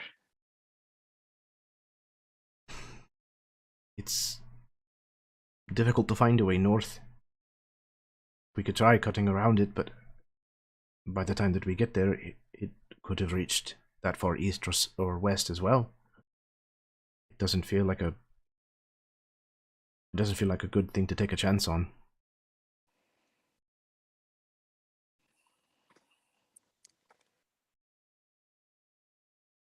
And you say there's been very few survivors come south? Aye, mainly people who saw what was happening and fled before it got to them. I have not met anyone who has been sick with bloodmouth yet, thankfully. Have you heard anything from the Emberwood? Any news? No. As I said, I don't think many people are traveling that way, and I don't think many people are coming down either. I can't say I blame them. No, I don't either. Well, it was good to meet you. I wish it was under better circumstances, but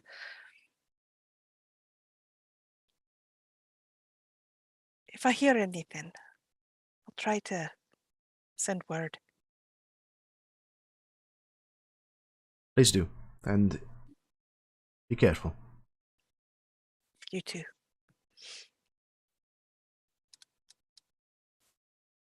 And then I will go back a little bit more concerned and I guess even more pensive than Ari normally is, back to Eddard and Dane.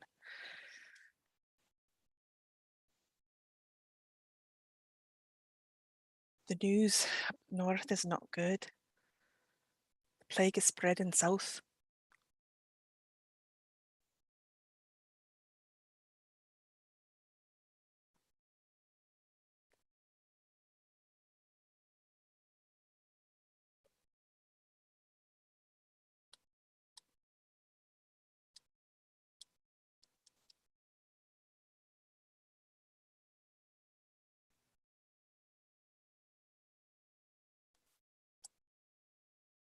Did they say how quickly?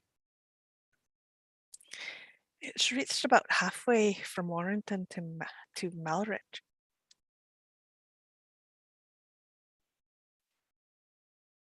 It's spreading faster.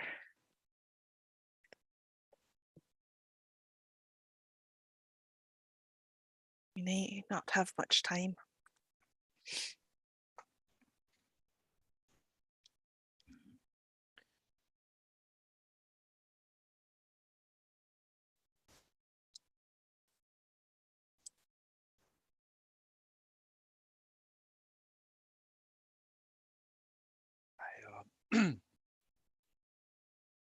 I think in everything we've done,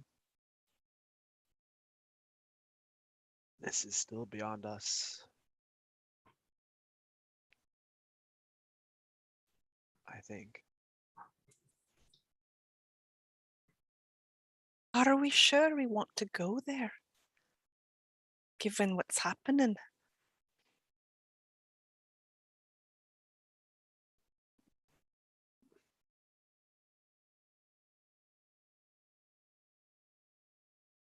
All right, time out. It's been like a month plus. We had picked that direction to go because it's the next logical like progression of the actual, 4-year storyline, right? At least in our brains. That's kind of what we had talked ourselves into. Yeah, kind of seemed that way. Weren't we heading towards? To my knowledge, it was either this or like a dragon. There's a dragon somewhere in there, and that's one of the things we have to do at some point. And it was like, this was the best one. Yeah, I mean, Yeah, we wanted to go up to the elves because we want the wood to help Right. make the but we and sword. could wood anywhere. I'm just thinking. and to check Wood from a on friend. yeah, wood from a friend. We were going to check on Oh, Baneshell yeah. too, weren't we? Because you hadn't heard from him since like Right, since he a gave us a long letter that no time, one yeah. recognized. right. He's like, hey, look, I'm gonna go ahead and give you this letter of employment. You just show it whoever you want. I know you work for me. And we're like, all right, cool. They're like, that chump? Nah, fight us. I don't know him. Okay. Okay. We'll fight you. Show up at the end. We're like, we got gold coins. No. Fight us. That's the story of our lives. Right there. Yeah, I feel like every time we're like, we went to sleep, we'll wake up, we're fighting something now In an oven. in an oven. See, Eddard had the right idea. Just Don't don't go to sleep. That's right. Well, what you The don't enemy- know The enemy is that we're sleep, actually all still in the oven. dude. Right. This is Yeah, us. we're all still sleeping. Oh, And they woke up and it was all a dream.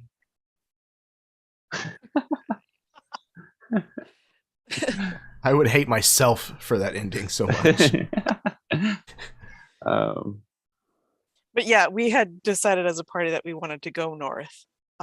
But Ari has, as the closer we get, has been constantly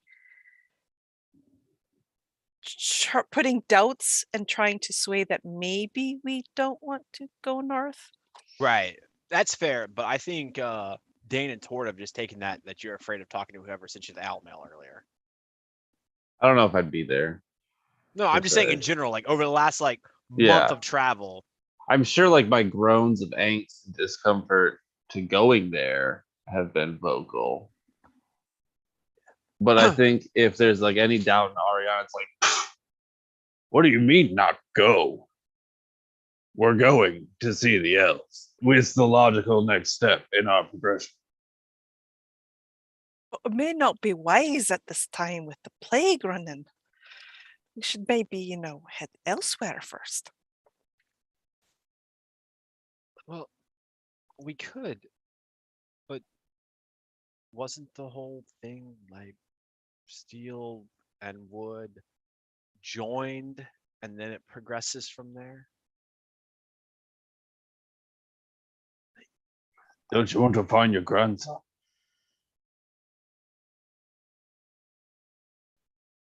That just kind of stops her in her tracks. Like you can see her face just kind of,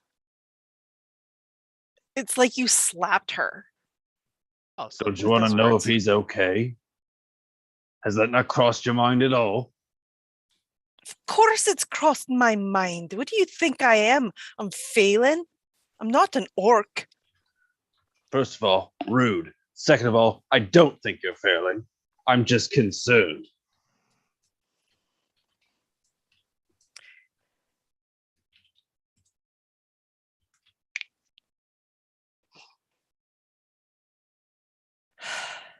They don't want me there. I don't want to go there.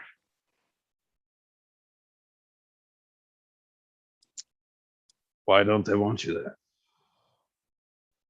They were fine with you before, at least in some regard. Well, first, my son's never wanted me. You saw that. He couldn't wait to get away. But that's not the full story. Tord sits down. I've got time. Fine. And she'll pull out the broken, I believe it was a twig.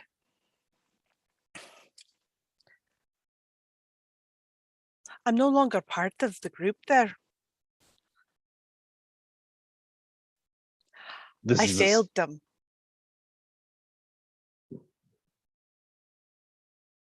How? What were you doing? I chose you guys. What do you mean?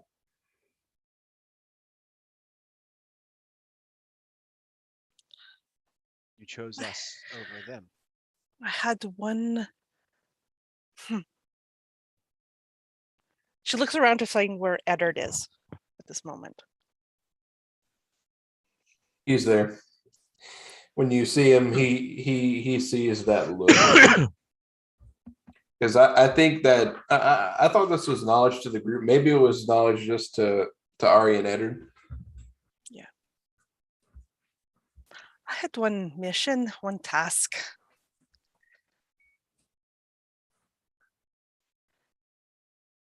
And I didn't do it. I failed in my duty. I chose not to. I kept making excuses for why I shouldn't do it, why it was not the time. And so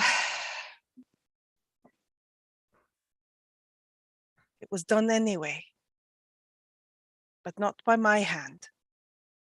And she's looking at Eddard right as she says this. I swear it was not at my hand.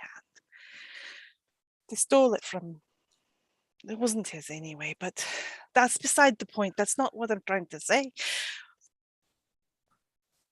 Because I didn't do my duty, I've been stripped of all my rankings. I'm not sure what kind of reception we'll get if we go there.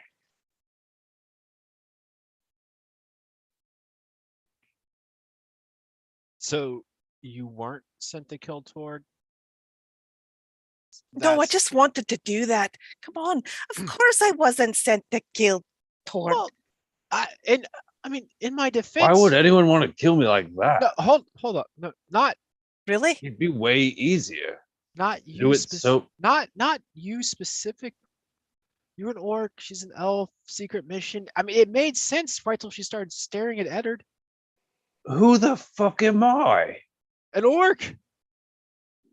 Nobody knew who I was up until 3 weeks ago. Nobody knew who any of us were, but all of a sudden we have witches that want to kill us, I've and known Ari for giants that months. want to kill us, and dream witches that want to kill us. I went to a courthouse because a bird ate a pie. And that seems normal. What I'm saying is that none of this is normal. Why would someone want to kill me? I didn't even have a Eddard bounty. woke up one day and found out that he's. So it would have been surprising if she wanted to kill you because some elves thought I in would the have future been you were going to be someone disappointed. important. If that was her task. I think Sir John is like, Dane, it's okay to be wrong. Just pay up. What? Look. And he extends his hand like, come on. You lost a bet. It's okay. I put a gold piece in your hand. But What, you were a bet? Lady Magella. what? There was a conversation a long time ago about why you were here and what you were doing. And I bet it was to kill an orc, and Sir John thought that you were trying to bed him. All right. This is my fault. I. It was the night Dane was knighted. You know how bad it got that night. We were trash. And so Dane and I were talking, and he started rambling, and I started rambling. And before I knew it, the bet was made. I had forgotten about it until this moment, actually. All right, can we get back to the point where it's super far-fetched to think that an elf was sent to kill an orc, but it's completely within the realm that she was here to do something to Eddard, who at the time, no offense, was also nobody? Oh, you're right. Your logic is astounding. No, all right. I First of get all, that I he didn't had even something- know Tord until he just like appeared on the wagon when we were running out of town. Like, I tried to get rid of him right then and there, but no, Eddard wanted to keep this poor stray he'd found. I'd been with Eddard for years. I've watched him grow up. So what How you're on saying earth would you is- think I'd be sent here for Tord because sometime in we the didn't future? know any of that.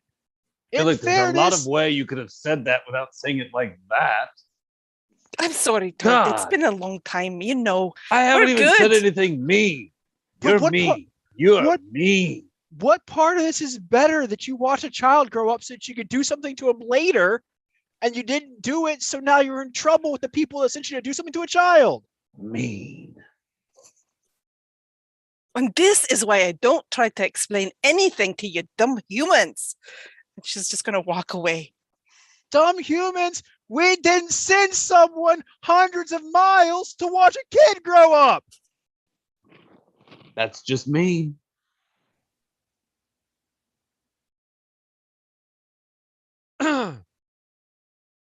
Eddard, can Oh you clear no, this up? fuck! I feel guilty now because we just shamed her for telling. God damn it! Sorry.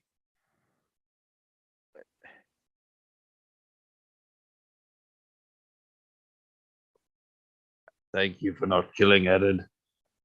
She wasn't here to kill him. She was here to take something that wasn't his to begin with, or Oh, something. Deal, man. And then someone else took it somehow. What was stolen? My quill that was passed to me from my great grandfather. You came Belonged here to to the steal a elves. pin? It wasn't just any quill. It was a magical quill. What did it do? I don't know. I never got that far. What? I know. So, what does it do, Ari? She walked away.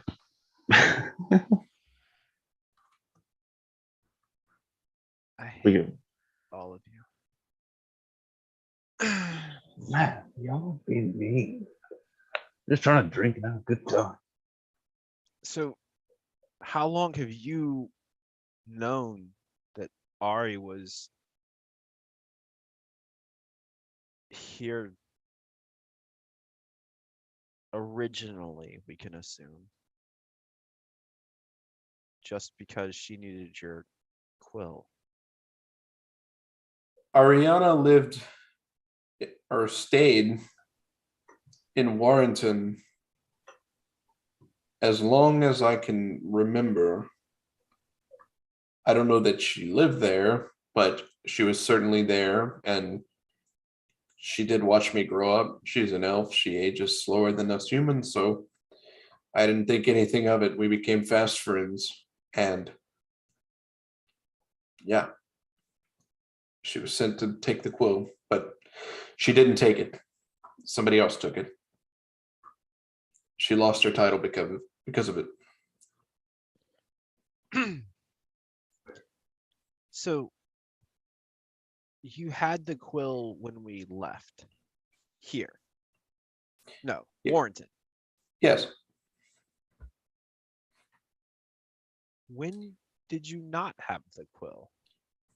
Somewhere between Raisin Layout and Mauridge.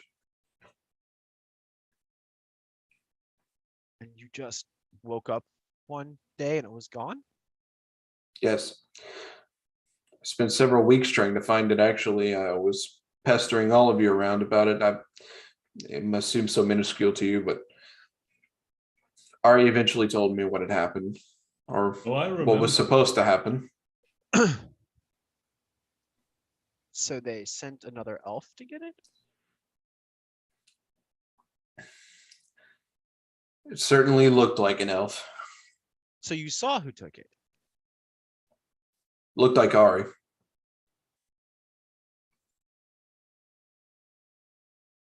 I know what you're thinking. No, you don't.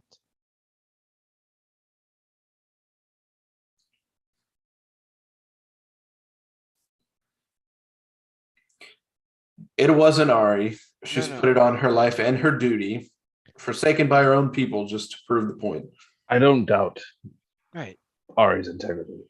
If you- I have a proposition then. Let's go get her title back. Now that is a good idea. We got one for Tord. We got one for Sudane. If I can get a title, we can get Ari's back. don't think elves work that way. They don't really have a lot of choice if we help. We'll figure out how to help them, and they'll have Right. no choice. So, It's not a bargain or a deal with a fae. You just say, "Hey, we've done this. Fix your shit." You know what, Jeremy?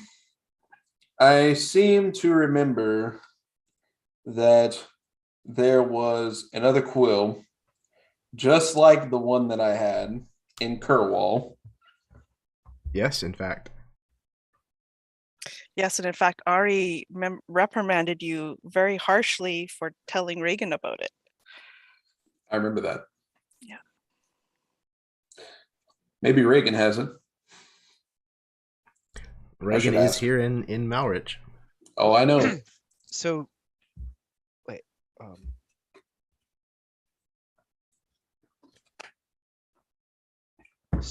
So someone else took your quill that Ari was sent to take Yes. because the quill's magical, Yes. but you don't know what it does. Not to my knowledge. But your grandfather gave it to you? He gave it to my father, and then my father gave it to me. Family of librarians. But not your...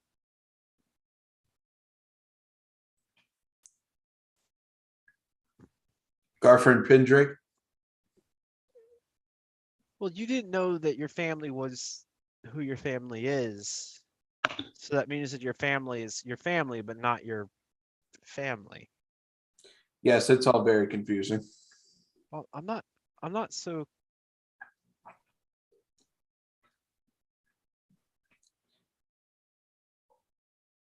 There... It wouldn't make sense for the group that took your quill successfully to be the same group that sent Ari, because if they sent someone to take it that looks like her, they're trying to incriminate her in hopes that you would do something to her. They wouldn't then also send her her rejection letter on top of it, because her punishment would already been met, but they didn't because they sent the owl pellet. So does that mean there's a third party involved in whatever this quill thing is, which seems to make sense with everything else, because why wouldn't there be someone else that wants to stop us from doing what we're doing? There always is somebody. It might even be smart to presume there's a fourth. I just reach over and slide towards Tankard a little bit closer to him. Like, here, Thank you. I was beginning to slouch. But if we go with the idea that I think is good, that we try and help Ari get her title back, we would have to possibly find your quill in the doing so. You know, I don't necessarily think we're gonna go back to Ari's realm and say, hey, we know she failed in doing this thing that you sent her to do, that she was gone for so long, that she watched someone grow up. That's how important it was. She abandoned her family and let her children off to do stuff. And so now, can we mow your lawn? If she's on the hook for this quill, and that's what stripped her of her title, then she's still on the hook for it. So if we don't have the quill to give them,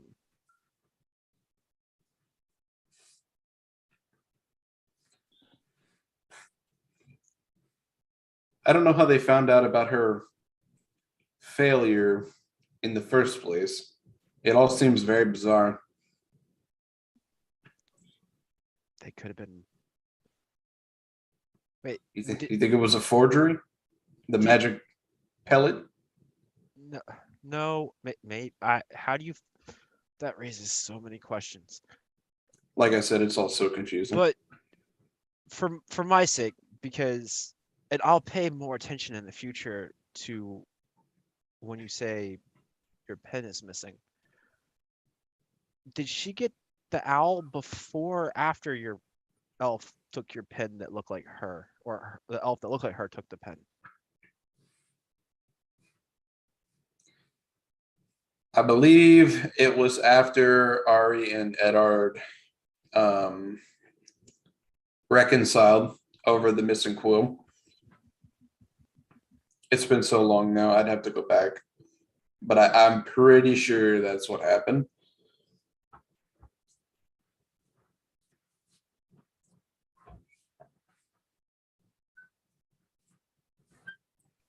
Well, then maybe it is the same group. And they knew that she failed because the other person succeeded.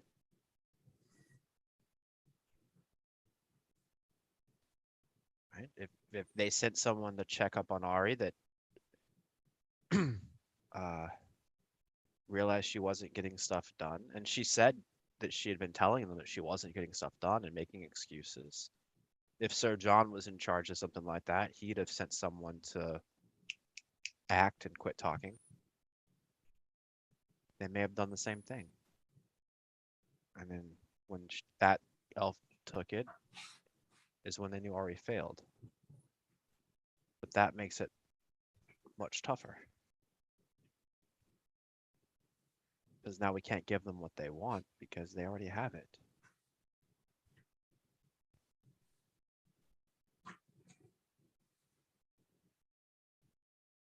We really don't have a whole lot of leads and we don't know what they're trying to do. No, I say we ride up there and ask them. Because frankly, I'm kind of tired of being jerked around by everybody. I hate to be the one that's like literal here, but wood given freely by a wounded friend. It's almost fucking poetic. Right. In that. We should just go up there. Right. Because they're wounded because Ari didn't do it. They're wounded because we upset them. It's a metaphor. Wounded because they have a plague. It's a metaphor Right. for the great machination. God damn it, Dave. We're going north. I didn't say we weren't. Ari's the one who doesn't want to go. We're going north. To the north. To the north. Well, first we're going to court. I think like a Yes. few other people We do are have to go- chime we in, do. not knowing what they're doing. Yeah. Well, the north. Why not? Other people are like, well, the north. So I was like, that's where the plague is. Wait. Never mind. One second thought, let's not go north. 'Tis a sickly place. We do need to make an appearance in court. I have to see a steward about some of the more bureaucratical things that I have brought with me. And there was that rather rude individual before we left when we offered to help the queen that kind of implied that, you know, I wouldn't be able to help her. And for what it's worth, I'd like to rub his nose in it. Yeah, I can get into that. But first, I think we need to find Ari Yeah. and let her know, title or not, doesn't matter to us. I don't know if that was ever a question. I hope she doesn't question that. She chose. I would choose her 10 times. We know. No shit. She fucking killed Serinthate. You wouldn't want that person against you. Trust. She's looked at me like she wants to kill me. Terrible. She probably could. She definitely could. Yeah. It's really not that hard to kill someone. Why are you all like, oh, I can't die? What the fuck do you mean? I've almost died like 4 times, 5 times. I have. You died. Oh, you died. Sorry. It's strange how quickly such strange things become old hat for us. Here we are sitting at a table in an inn talking about magical quills and secret quests and saving the world and life and death and not missing a beat, drinking and laughing. Tord sits down.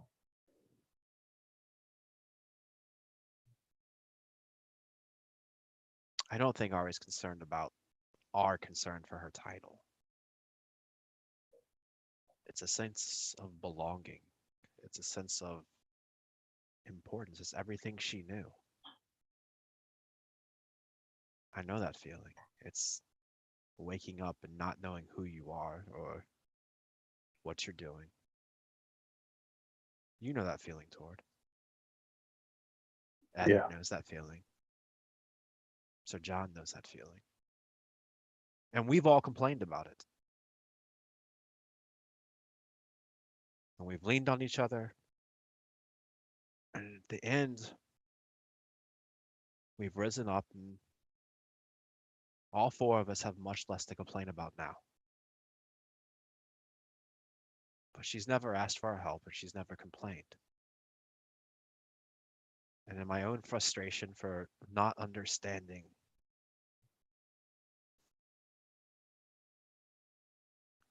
and this deep into our cups, I think we forgot that. Because she just tried to complain to us and we made it about us.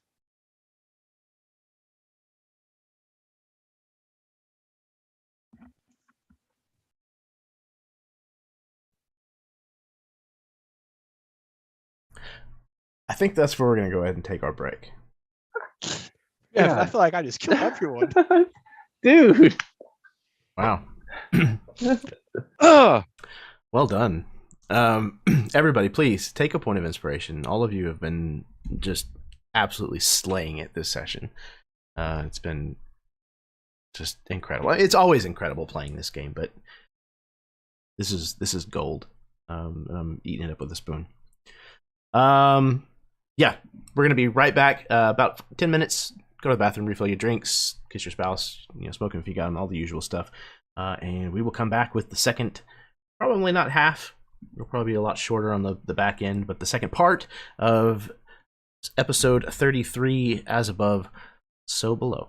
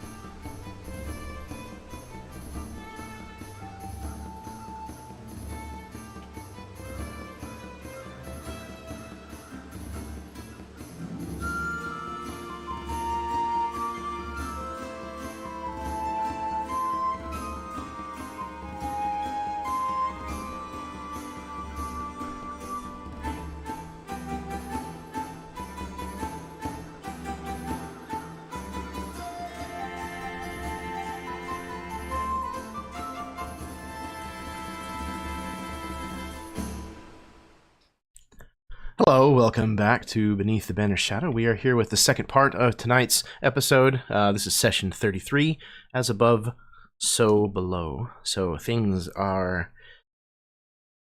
heavy. Things are very heavy at the moment. There's a lot that has happened to these poor bastards. All of these characters have been through the ringer and back again, and they still manage to be incredible people. I almost said human beings, but that's not quite accurate. Incredible people. And good news for all of you out there in the audience, their torture's not finished yet. We're going to get right back into it here shortly. So, the conversation turned a little, as I said, heavy, and Ari left, took her leave for a bit. And the rest of you kind of came to the realization that perhaps the way you were interpreting the upcoming trials in the north was a little selfish, was a little self-centered and absorbed. And as the mood was kind of brought down, it was talked about that at some point you're going to have to appear before the queen, tell her of the news that has transpired in Angorshire in the east, and whatever else it is that you decide it might be important to tell her. At some point, perhaps later in the evening after your conversation has kind of died down a bit, talk in the tavern, you might just overhear that Kerwall was attacked by House Mellowayne. The allied forces of House Lathelbrin counterattacked, and though the battle was bloody and it was looking as though there was not going to be a decisive victor, it was actually the bannermen raised by House Pendrake out of Ravenfleet that tipped the scales. House Mellowayne, since that point, has had to retreat back to Oxfeld and lick their wounds, so to speak. The voices that were claiming the Queen's illegitimacy have since fallen silent, or they've left court altogether. So, though there aren't as many people in Malrich now as the last time you passed through because of the tournament that was taking place last time, though the populace has decreased in size, there seems to be much less animosity, much less tension here in the city.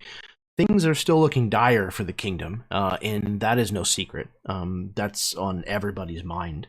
But it seems to be less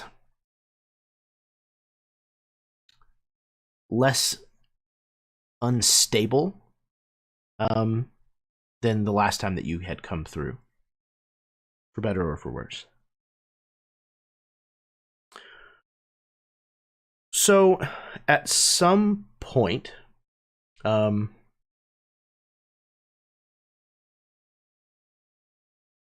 let's do this before we get to the Queen. At some point, Eddard, where are you when Reagan comes to find you?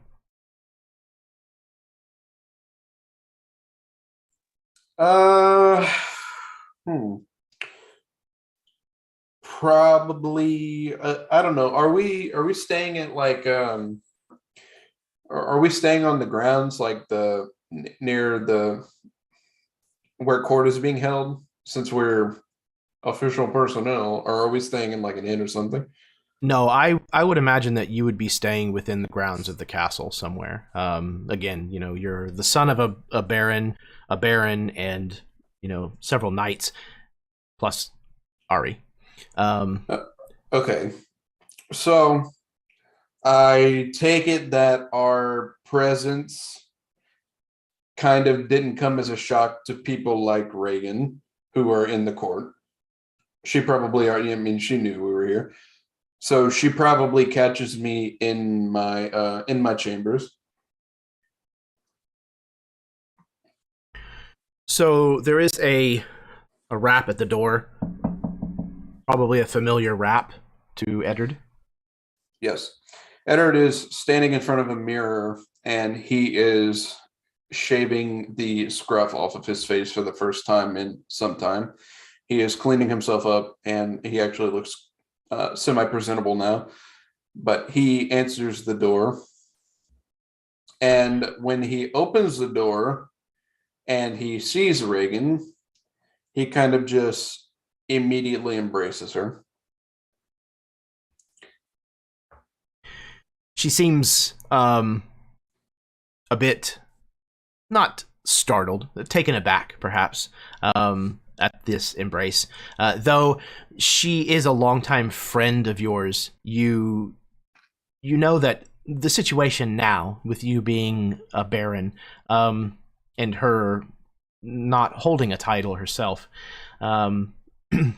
is something that she's definitely cognizant of. And you can feel that as much. Yeah, it seems like everyone is except for Eddard, because Eddard will just shake a peasant's hand, and people will just look at him like he's crazy.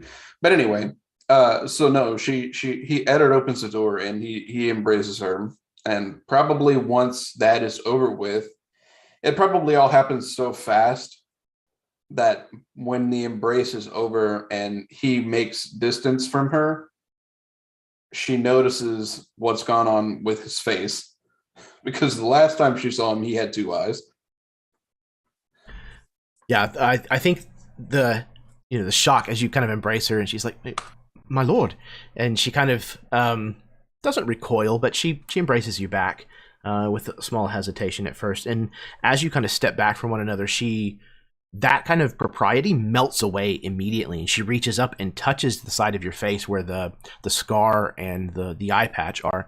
Eddard, what happened? Oh, Reagan, so much has happened since we last met. Please, and they're kind of just standing in the doorway at this point, so he moves. Yeah, somebody out of the way walks and past you and kind of gives you like a sideways glance. he kind of gestures into his room and pulls out a chair at the table for her, and he will sit down across from her. She sits down, and you're kind of sweeping her dress kind of out in front of her, and her hands are kind of rested on her lap, but you can see that she's concerned, like she's kind of almost wringing her hands. You're all right? Yes, I'm fine. I wasn't, but I'm adjusting. We plan to go in front of the court tomorrow. We've scored a decisive victory against the band of orcs roaming around in the south of Shanin. We've actually liberated the tribes and brought their leader to justice. We plan to let the queen know immediately. But it was hard fought. And he kind of just rubs the side of his face.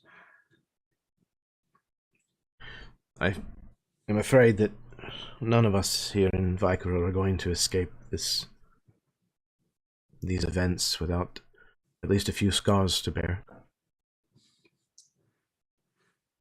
He sits up straight in his chair. Well, hopefully under my watch,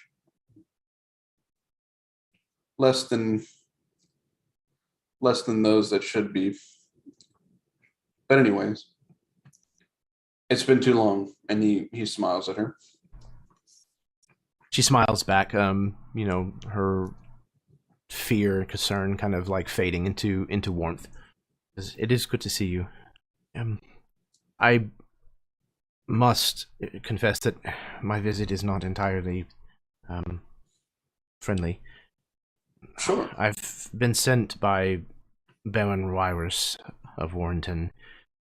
He has requested an audience with you. He's alive. He is, and he's here in the capital. Very well, I should see him immediately. to know that he's... Well, you've known him. He's not exactly an easy person to get along with at times. Yes, but it is important. I didn't think that there were any survivors. Just. They arrived shortly after you left. If you would permit it, I would take you to him now. Yes, at once. And he kind of stands hurriedly from his table. Thank you. It did seem urgent when he learned of your arrival here in the city. Yeah. So Eddard will follow Reagan to meet up with the Baron. Okay. You kind of don't have far to go. Again, there's the apartments or what have you for those who are a part of the noble court to stay in. So you essentially go down a flight of stairs or something to reach a floor below you. And she takes you to kind of a sitting room that's adjacent to one of these apartments, and once again knocks on the door. And when the voice within bids her to enter, she opens the door and comes in and introduces you. My lord, the Baron Pendrake. And she kind of curtsies and then kind of moves out of the way. In the room, you see the man that you knew as the Baron of Ravenfleet. His name is Wyrus of Warrington. You mean Warrington? He is... The Baron of Warrington? Yes, the Baron of Warrington. His name is Wyrus of Warrington. They're Gotcha. very happy with their family name, for sure. And he's a younger man, and though he's often seen in armor and with weapons and things of that nature, there's not really very many people that have seen him fight. It's definitely a lot more show than anything else. Mm-hmm. He sees you enter and kind of gestures to a chair opposite him, much the same as you were kind of just sitting with Reagan before. Mm-hmm. Please, Baron Pendrake, have a seat. He smiles. My lord, it's been much too long. He smiles, but it's curt at best. Yeah. Indeed. Last I saw you, you were fleeing my city on a wagon. Yeah. Yeah, he kind of looks over his shoulder.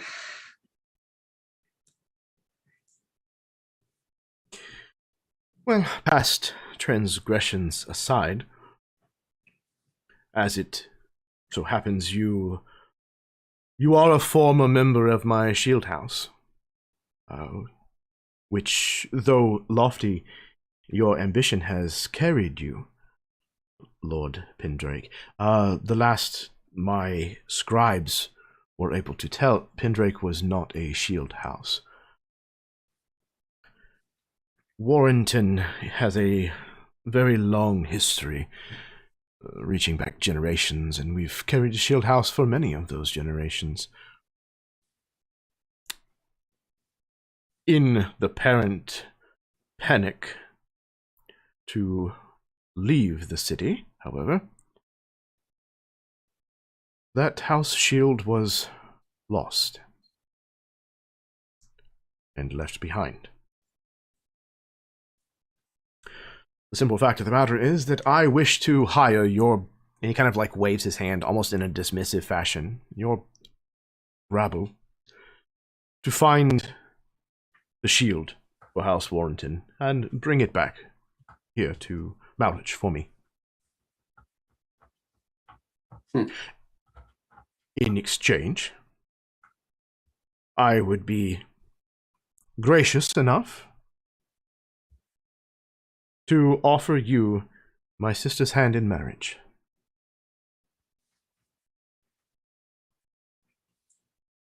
What do I know about his sister? So his sister is a woman who is younger than he is. But she is known, unlike her brother, to actually... that didn't change. Hang on a second. To actually be a proven warrior on the battlefield. No! Oh my god. And her name is Firhinda of Warrington. Lady Firhinda of Warrington.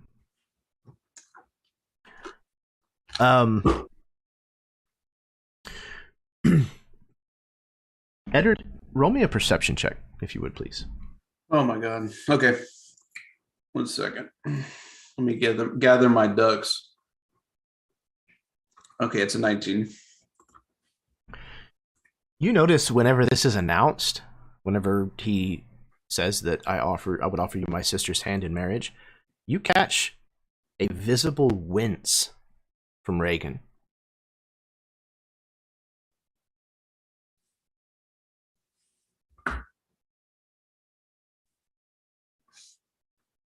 Yeah. Eddard doesn't like the fact that, okay, we're both barons now. Whether he doubts the validity of the Pendrick name or not, Eddard is a baron of Raisinflayote. And he's I don't like how he referred to the party as rabble. But no, that won't be necessary. Should I travel through Warrington and come across it, I will return it to you. All I ask is that the House Warrington be an ally to the House Pendrick. That's exactly what I was suggesting. What better ally than to have lineage, shared blood?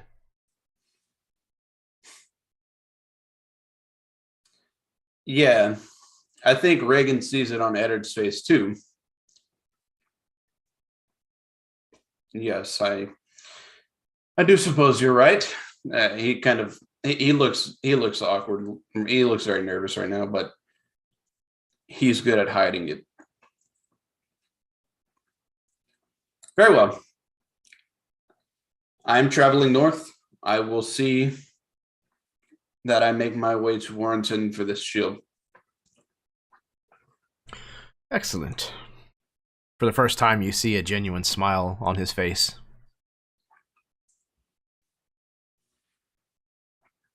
Well, now that that business is done, I will inform my sister that she may begin her preparations.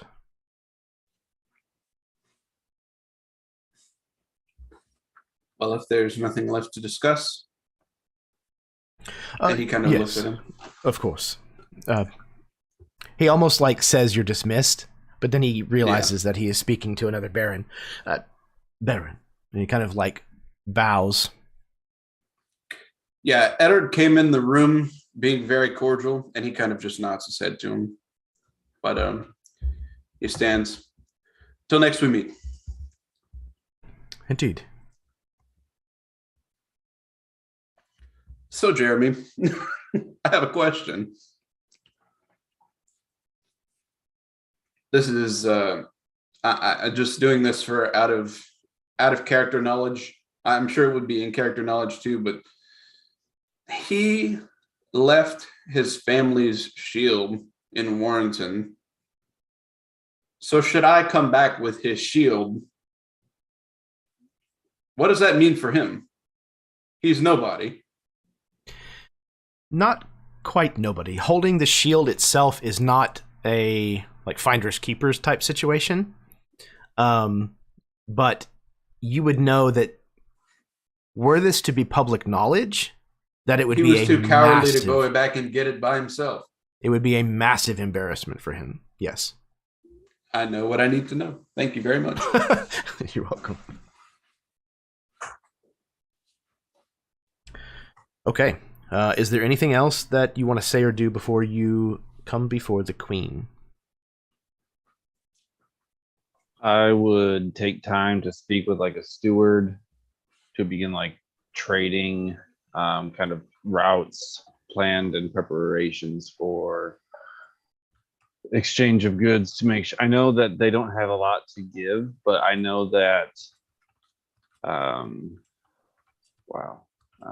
Angorshire has a lot of resources specific to their region that perhaps now they're in a position to, I don't know. I want to get like my holdings in order, and I want to start like incorporating Angorshire back into the greater scheme of things now that they're like bureaucratic stuff. Yeah, absolutely. You can certainly find somebody who is knowledgeable about those kinds of workings. I guess that's probably a lot of the kind of stuff that lawyers back then handled. Because I know lawyer is actually a much older profession than I once knew that it was. So I guess that's kind of the person that you would visit, and they'll detail what your titles and your lands permit you, what kind of a stipend you get from the crown every month or whatever. And right, exactly. Like I feel Mhm. like I'm like bringing like a lot of paperwork that like Shanine has not been able to deliver. Yeah, that makes sense. I would have requested Ari come with me if you wanted to. Sure. The next time you see Ari, she looks normal, composed, back again, except that her hands are now heavily bandaged and wrapped in cloth. Kind of ignoring the visible damage, and like as like someone's like, we will be right back with your inquiry or whatever, you know. Tord would take the time to, I was out of line last night and I would like to apologize. I was callous and I could have been a little bit more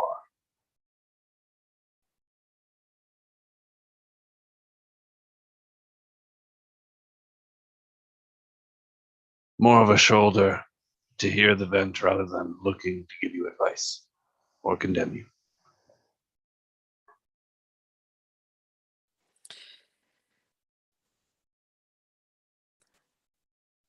I could have been less mean. I called you a stray. That one. That one was mean. That one kind of hurt. Yeah. I mean, I don't ever call you names. I did think of you like that at one time, but I don't anymore. Not anymore. You're family. I appreciate that. I just don't want you to think that anything. I don't want you to feel unwelcome.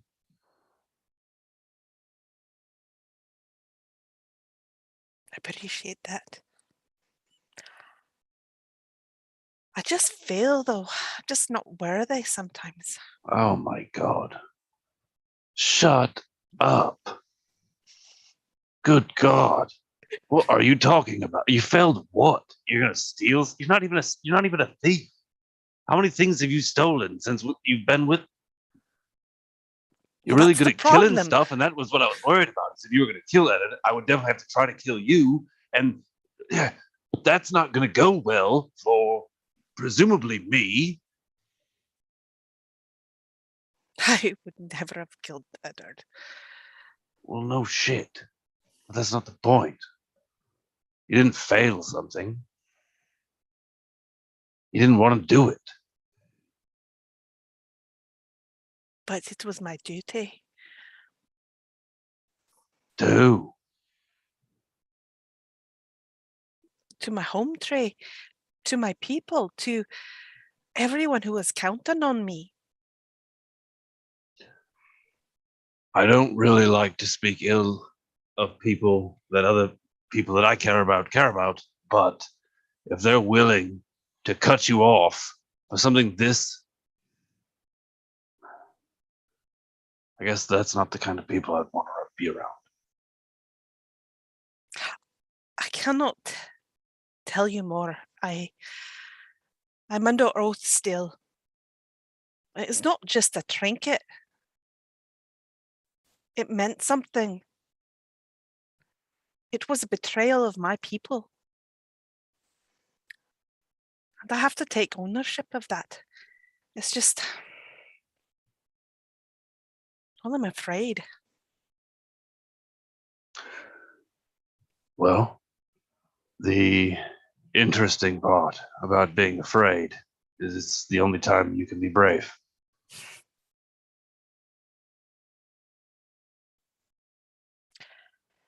Not sure I'm that brave.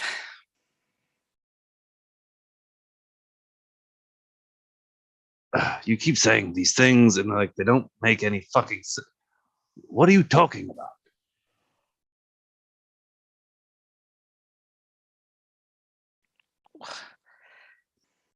I don't want to go back. I don't want to face them. I don't want to see the disappointment. I don't know if I could handle it. It's one thing to be shunned because I'm an elf, but to be shunned by the elves. They do it to me every day. It's not that bad. But it's not the same. Well, as a stray, I know what it's like to be cast out. Perhaps not the same, you're right.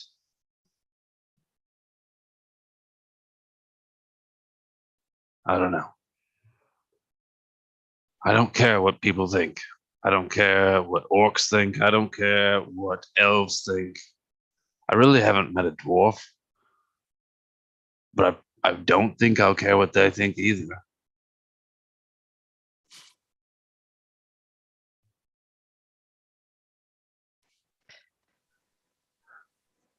I am not trying to invalidate what you feel. I just think that it's worth trying. Because you don't know what will happen unless you try. Nothing happens if you don't.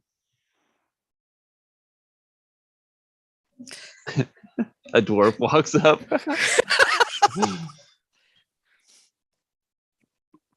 Yeah, you're right. You'd expect an equal representation here in the capital, man. I don't know if you've noticed, but there's not very many elves around here anymore. It was hard to find orcs the last time we were here, and I didn't really anticipate finding any.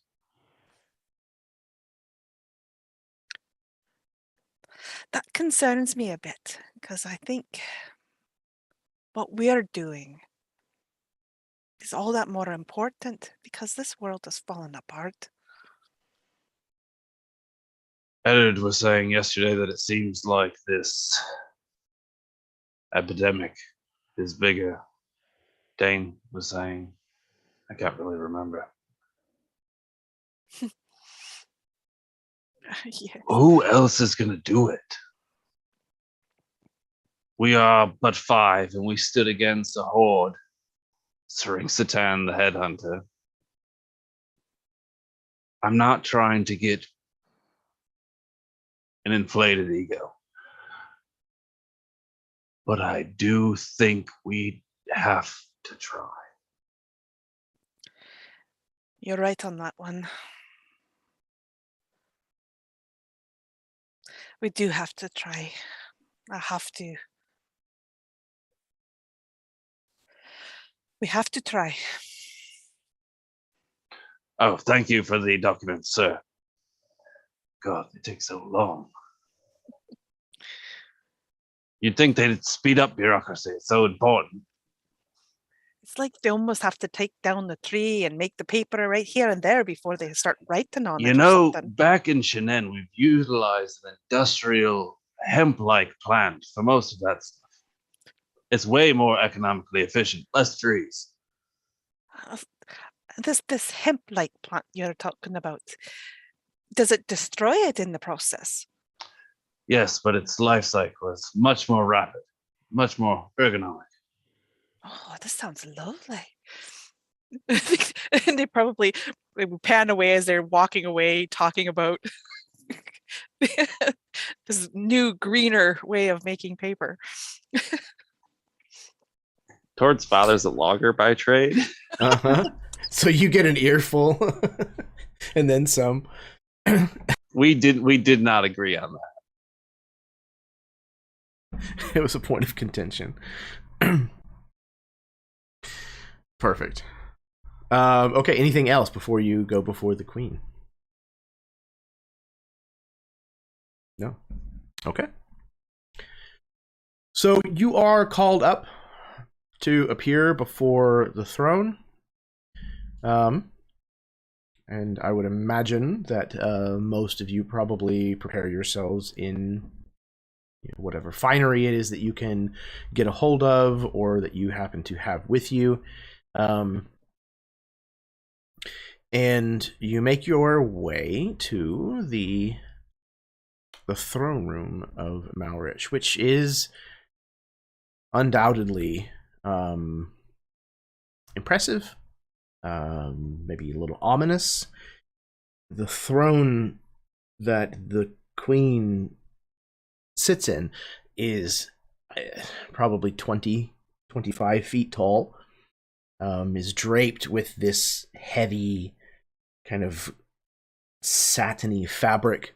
The black and gold of the decorations in here are very somber, but also have a regal and proper bearing to them.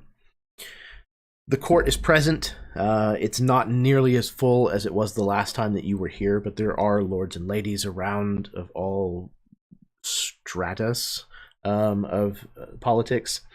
And seated in the main throne,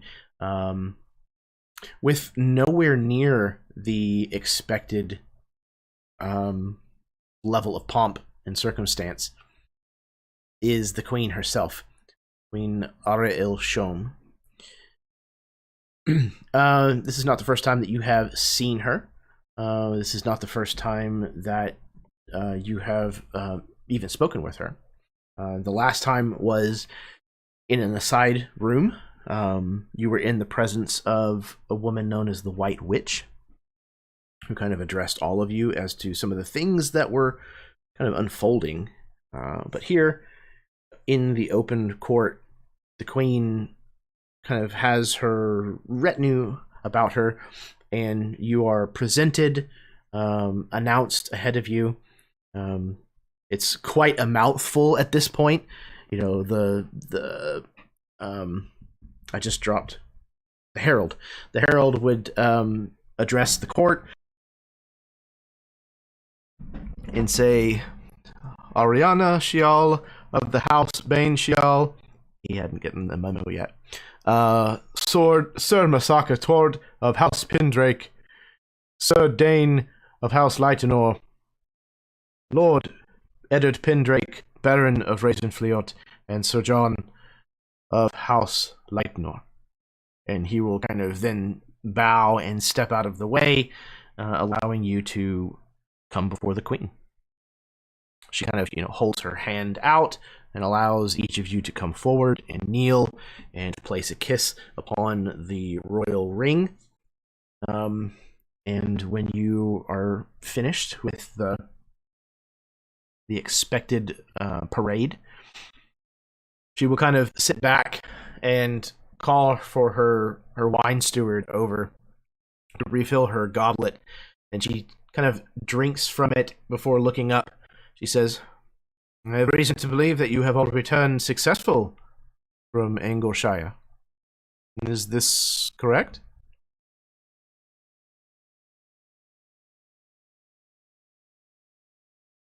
Don't speak all at once, please. Yes, my lady. We have disbanded the war tribes south of Chenin. I'm told that was... Oh, sorry. Oh, please. Sering was defeated. His hordes either dismissed back to their homes or subdued. I'm told that the host that was defeated was no small feat. No. I see that it did not come with without cost, and she kind of nods towards Eddard's direction in his eye patch. There was always cost in war. I'm lucky that we survived with what injuries that we do have, and also towards a band of brothers in Shanin. We may have lost the fight without them. I see. So, House Criminac still stands? Yes, Indeed. This is indeed good news. They still swear their fealty to the crown?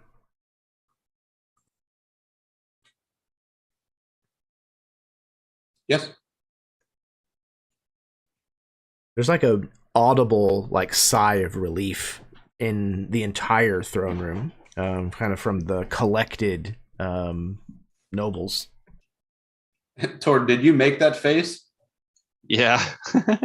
Eddard kind of looks at the queen with a smile, then he looks to you, and he sees that, and then he kind of looks back to the queen with a smile again. Did I miss something? No, I just don't remember exactly what she said. They So were under the crown before. I believe so. Yes. I think Mhm. I think Tord's just making that face because it's uncomfortable and he doesn't remember exactly what she said. Yeah, we just went down and helped them. They're still the same. They're just the same now. That the invaders have been defeated. But we did forge a couple of alliances down there while we were at it. Alliances with who? Oh, the House Pendrake and House Criminac. I see, yes, of course. Well, it is certainly good news to know that at least one of the fires that are burning around us has been put out. I cannot thank you enough for what you've done.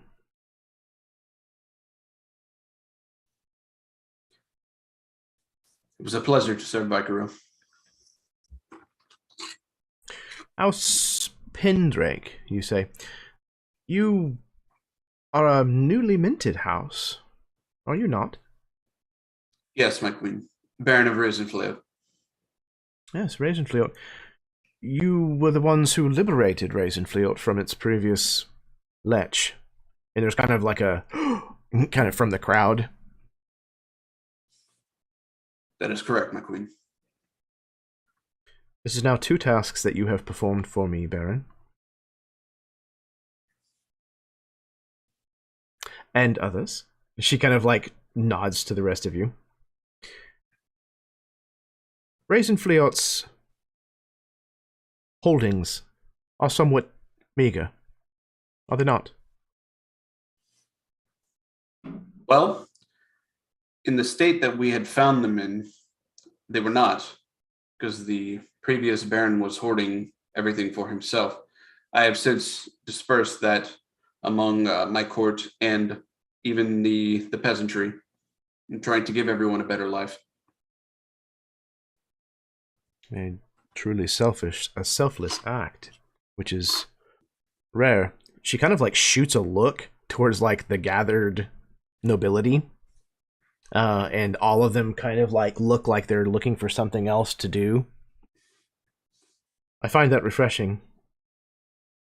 I also hear news that it was your bannerman from Razenfleet that helped to turn the tide of the war being fought in my name. Yes, my queen, I could not have done it without my knights. Of course, my right hand here, Tord, travels with me at all times. But I see. I have since recruited a band of knights, and even some of the peasant folk joined the militia to join the fight in Kirwall. It's interesting times that we live in, Lord Pendrake, but I will watch your rise with great admiration. I'm humbled. Thank you, my queen.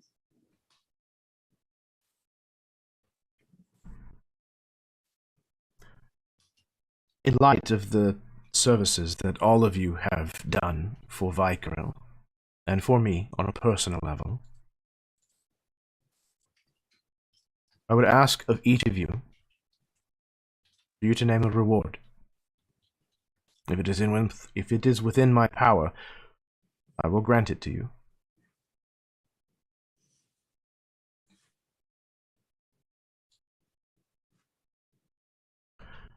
You need not answer now. You may have time to think of it if you wish. Just let me know what it is before you leave again, and I will see it done, if I can.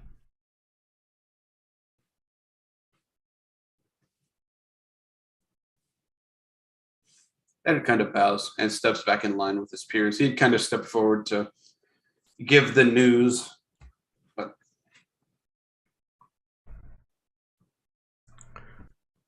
So, it seems as though your band, she kind of like gestures to the rather eclectic group of you. Dare I ask where you are all headed next? What it could possibly be that you intend to do to follow these deeds?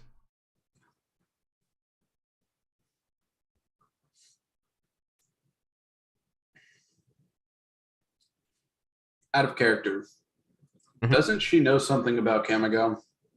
Yes, Okay. but that is We- like we a all- lot about Camagel. Yeah, we all Yeah. had that discussion with her about the whole quest and everything. yes. Is that true? Yes. So essentially, the situation here at court is that no one else knows that the sword is missing, Right. and that it is a massive. I mean, imagine if Excalibur went Right. missing from Camelot, like it would be a massive deal.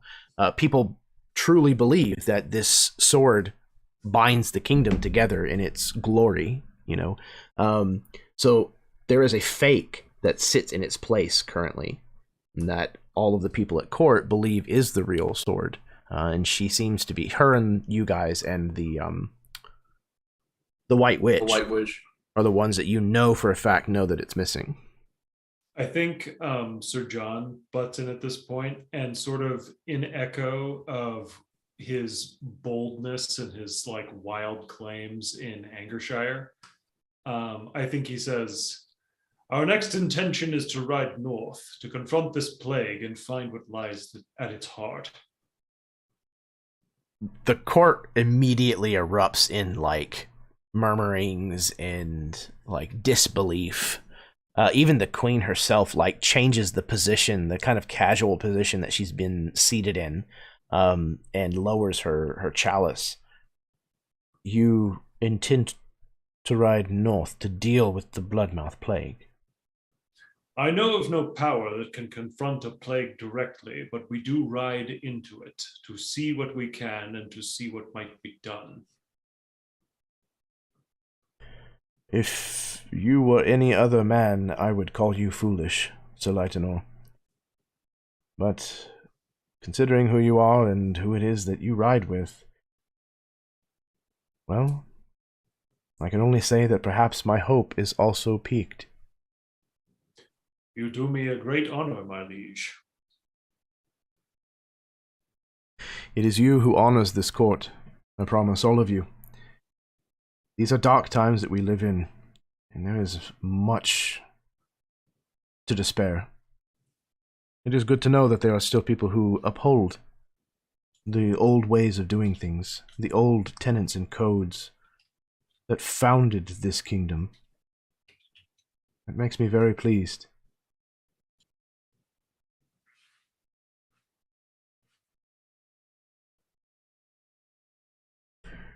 Well, I will refrain from prying into your business any further.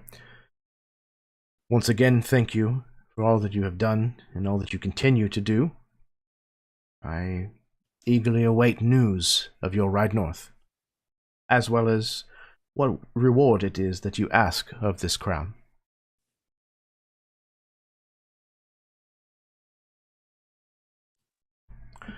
And with that, you are kind of shuffled away for the next bit of business to be brought before the queen. Is Not there any long- indication oh, that she go wants to ahead. talk to us off the books? Not outwardly so, at least. Because of the conversation that you had with her before, it's reasonable to think that that could be the case. But she did not indicate that in any way. Okay.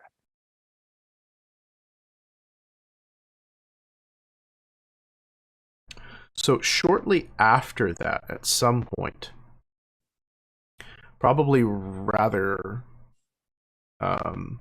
immediately following,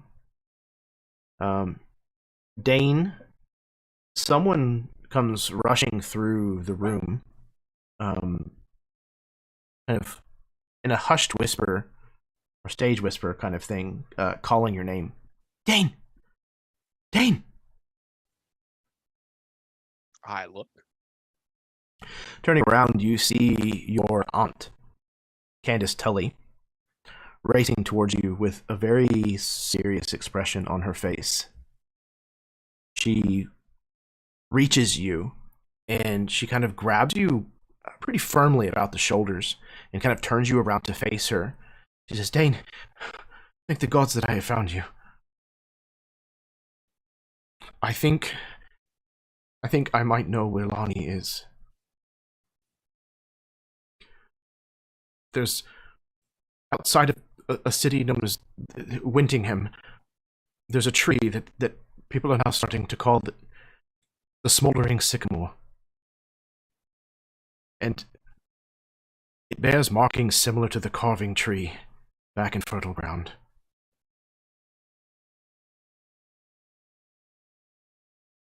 Do I have Is any we're gonna idea end where the session. this- Yes, you know where Wintingham is. Okay. Yeah.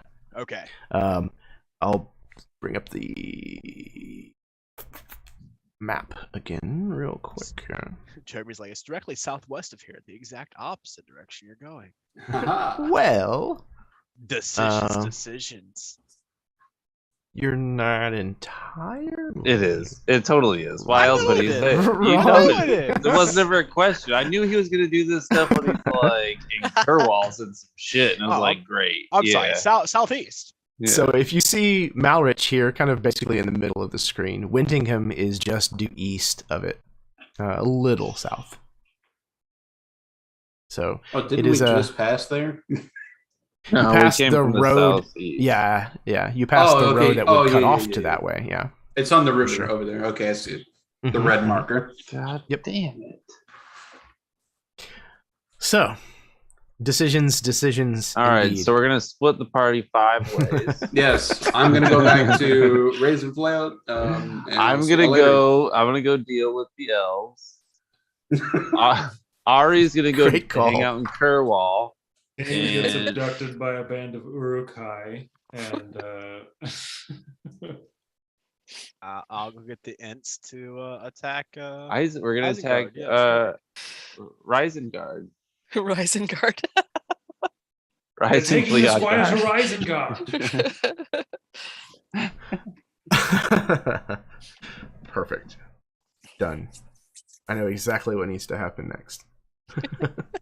How many plot points did we get through today? All of them. 2, 3, 4, 5, 6. Yeah, 7. All of them. Whoa, no The way. whole I was page. really, Yeah. I'm really trying to antagonize there to see, see how many we can save from next time. Luckily, I typed out a ton of description for all of the stuff with Sir John, so that took up a large percentage of my page.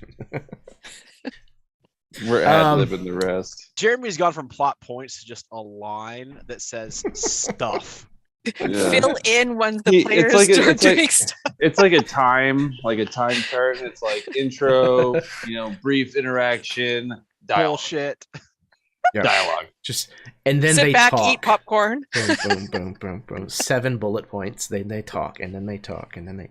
No, I love Dude, it. you give me a platform to talk on. Jeremy's like, all right, these are my 6 words. 4 hours of players. These are my 6 words. Again, I'm here for it. See, I will it's funny because gladly it's sit like back. we only play once a month, and so it's like, well, I want to have a moment with him, or I want to have a moment with Eddard, or I haven't talked to Sir John since last. He's like, fuck. So if I'm dominating, I'm sorry, here I for just it. missed you No, guys.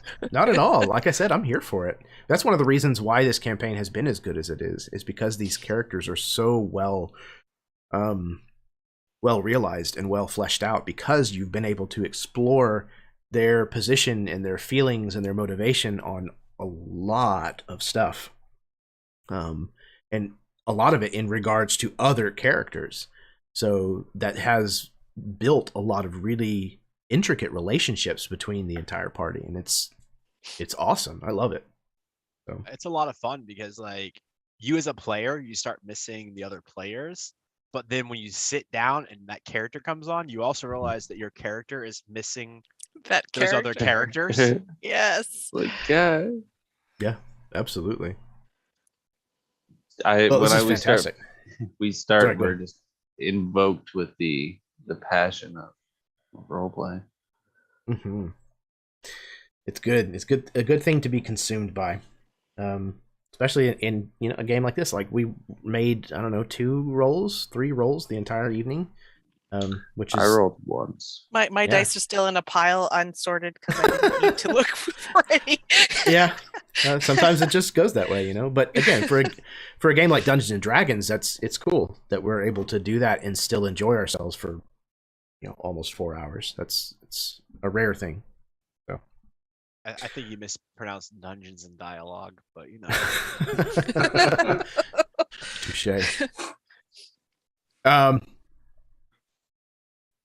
Yeah, I'm stoked. I'm super amped.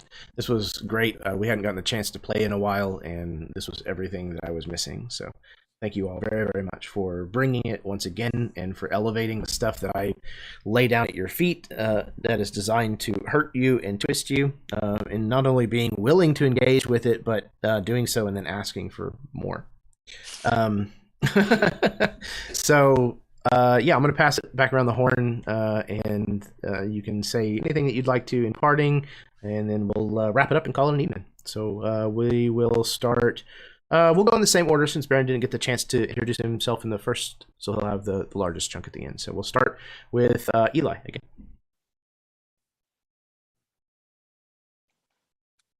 Hey Maybe. everybody, this is There we Eli. That dang mute button, it gets in the way. Anyway, this was an amazing session. I was not at all expecting to react to that vision the way I did. As soon as I heard it was from Astuin, I was like, oh shit. And then I was transformed. It was really, really good. I had a ton of fun this whole session, and I'm just really grateful to be doing this game for so long. It's been such a blast. Yeah, it's been an honor so far, man. So thank you very much for coming along and playing such an incredible character. Like Sir John is, at the surface, he seems such a shallow dude. But there are those moments where, the little chinks in his armor that you get through there, you find those little soft spots, and it's really rewarding and fun. I had no idea how you were going to react to being presented with that vision, but I am so thrilled that it got that kind of an emotional response out of Sir John, that it was that kind of nerve-wracking, nerve-touching experience. That makes me very happy. Not just because it made you mad, but partially. Next we have Steve.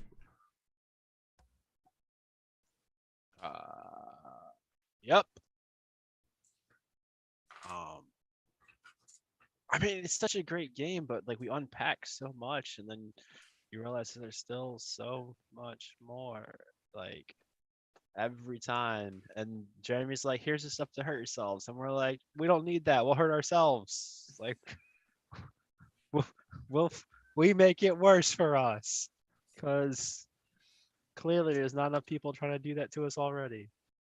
No, it's great. Like, we were saying, the characters have come to mean a lot. Obviously, the players have. So I can't look back at too many other things in my life, including college, where I'm like, 4 years well spent.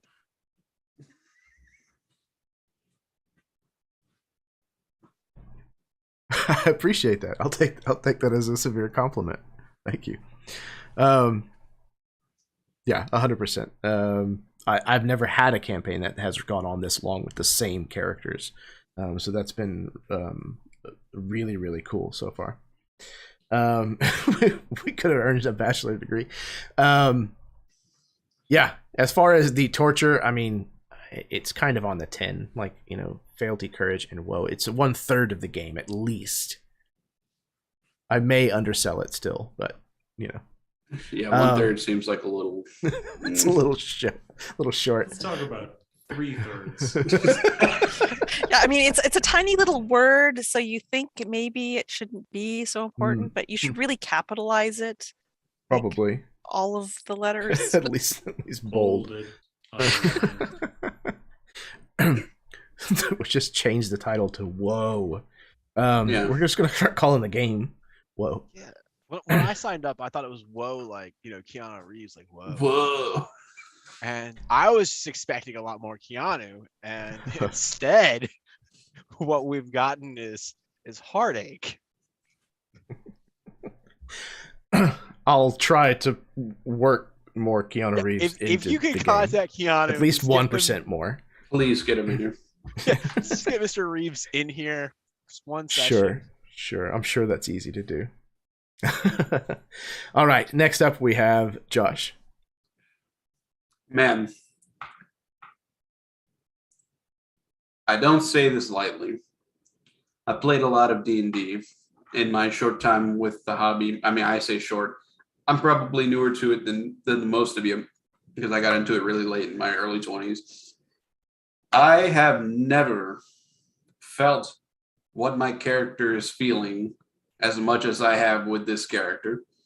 Everything put in front of me is like, I feel like I'm making the choice. Like, it's so hard to explain. I mean, the situation with the Baron of Warrington, the guy that keeps coming into my dreams. I took a point of exhaustion for that because I knew that my character was feeling that. It's just insane. So thank you, Jeremy, and thank you all for being such great players. You guys really helped to pull me into this one, and this game is very special to me. So hats off. I can't believe we've come almost 4 years now, and doesn't seem like we show any signs of slowing down. There's still a lot of stuff on my paper over here that doesn't have a check mark next to it. No, I agree, man. This game has been just incredible, and the fact that I get to share it with the people on the channel here is also just fantastic. I not only get to hold on to that experience myself as a dungeon master and being able to sit at the table with all of you, but I also get to present what I think is really great Dungeons and Dragons to people. Not only that, but set in a setting that a lot of people give up on in Dungeons and Dragons, that kind of vanilla medieval Europe. I can't tell you the amount of people I've heard say, "Oh, you can't tell interesting stories that way anymore. It's been done too much. It's saturated. It's finished. Do something interesting." And I'm like, well, there's still things you can do that are interesting with it. And I'm hoping that this game has proved that. It has to me. So I'm hoping that the people out there that are watching this feel the same way. Yeah. Next up, we have Karen. Hello, everyone. I just wanted to say this is an amazing session. I loved seeing Sir John lose it. That was just kind of a little nugget that we get to see of. Well, our characters didn't get to see it, but we got to see Sir John lose it, and that was amazing. And like all the inter-character play that happened tonight, like there was feelings, like real feelings, and that was amazing. I literally cried. Like I was glad you went to break because I was crying. I was like, I'm done. But and not only that, but I'm traumatized a little bit because of that flash of the face that you managed to do. So much Oh, so that that was- when Josh just mentioned it here, I was bracing myself in case you did it again. I was like, no, don't do it. But oh man, no, this was great. I cannot wait for the next one. Like, I just love this game. Thank you. I don't know what you're talking about. Yeah. Yeah. Man, I don't know what else to say. I was watching. I'm going through rewatching Firefly, and there is a scene in one of the episodes where they talk about a quote by Shun Yu or something, talking about you don't really know a man until you basically put him at the edge of the volcano, until you really put someone in danger. That's when you'll meet the man. You'll understand who it is that you're actually facing, and to find that kind of a revelation in Sir John after 3.5 years of playing, that's really cool. That's not the kind of thing that I've experienced a lot in gaming, is to see that kind of that there's still, and each of the characters has those moments still to this day, those little kind of flip of the coin where you're like, oh, there's still more to be learned and discovered about these people. That's one of the things that I think makes this game so rewarding to come back to, even though we've been playing these characters for so long, is because there's still so much to learn about them. And that complexity makes them feel so much more realistic, makes them feel like real people. So I cannot thank all of you enough for bringing that level of complexity to your characters each and every time we sit down and play. It's an incredible feat. Speaking of incredible feats, the last and certainly not least, Baron. What's up, guys? I played D&D and it was fun. I don't have anything that is like eloquent enough to keep going. So I'm glad I got to catch the second half, and I'm glad I listened to the first half because it was super dope. I talked a lot, and I can't wait for next time. Hard same, brother. Hard same. And I'm glad that you made it in for the second part. Or, well, it was probably before the second part. And I knew it was before the second part, but glad that you were able to drop in and join us for sure. Again, Tord is one of those characters. I knew I wanted road knights to be a part of this game. You know, knights that were less polished around the edges. That was one of the things about Game of Thrones that I absolutely fell in love with, was the hedge knights. And when you said that you were going to play one, and not only that, but that you were going to be playing him as an Angorian orc, I was ecstatic, because that's exactly what I wanted kind of represented as part of the microcosm that the group represents. And it's been fantastic to watch Tord bloom as well. Again, I guess he's in relation rough, to that, Tord was like not fleshed out at all. Yeah. In the beginning of the, he's still not, and I don't know. I just make shit up as we go. Yeah, but it's clear to me, at least, that you know exactly who Tord is. Oh yeah, because Tord is a fraction of my personality. That's just like, For sure. it is what it is, dude. Except for in like a medieval sense. Yeah, absolutely. But I think that that's part of the fun of playing a character like that, is discovering where the circumstances lead the person that you know so well. You get into a situation, you're like, I know exactly how this person's going to react in this situation. See, it's fun because it works as a tool for the story, but it is also fun because that's just what Tord walks into a situation. He's like, I'm gonna put my foot in my mouth right now, and you're gonna watch in real time. Absolutely. Some of us even count on it. It's fun. I enjoy it. But... Well, again, everyone, thank you so very, very much for the 5 of you. Just fantastic players. Just absolutely incredible every time. For those of you who may have watched along with us, whether you watched this evening live or whether you may be watching at some point down the road in the future, it is very, very deeply appreciated. Sincerely, thank you for stopping by. Thank you for sharing in this story. I hope that you come back and watch more. And I cannot wait to finally get to the end of this story at some point and see where it is that we've actually come. Like the distance that we have traveled, I think it's going to be monumental, to be honest. So,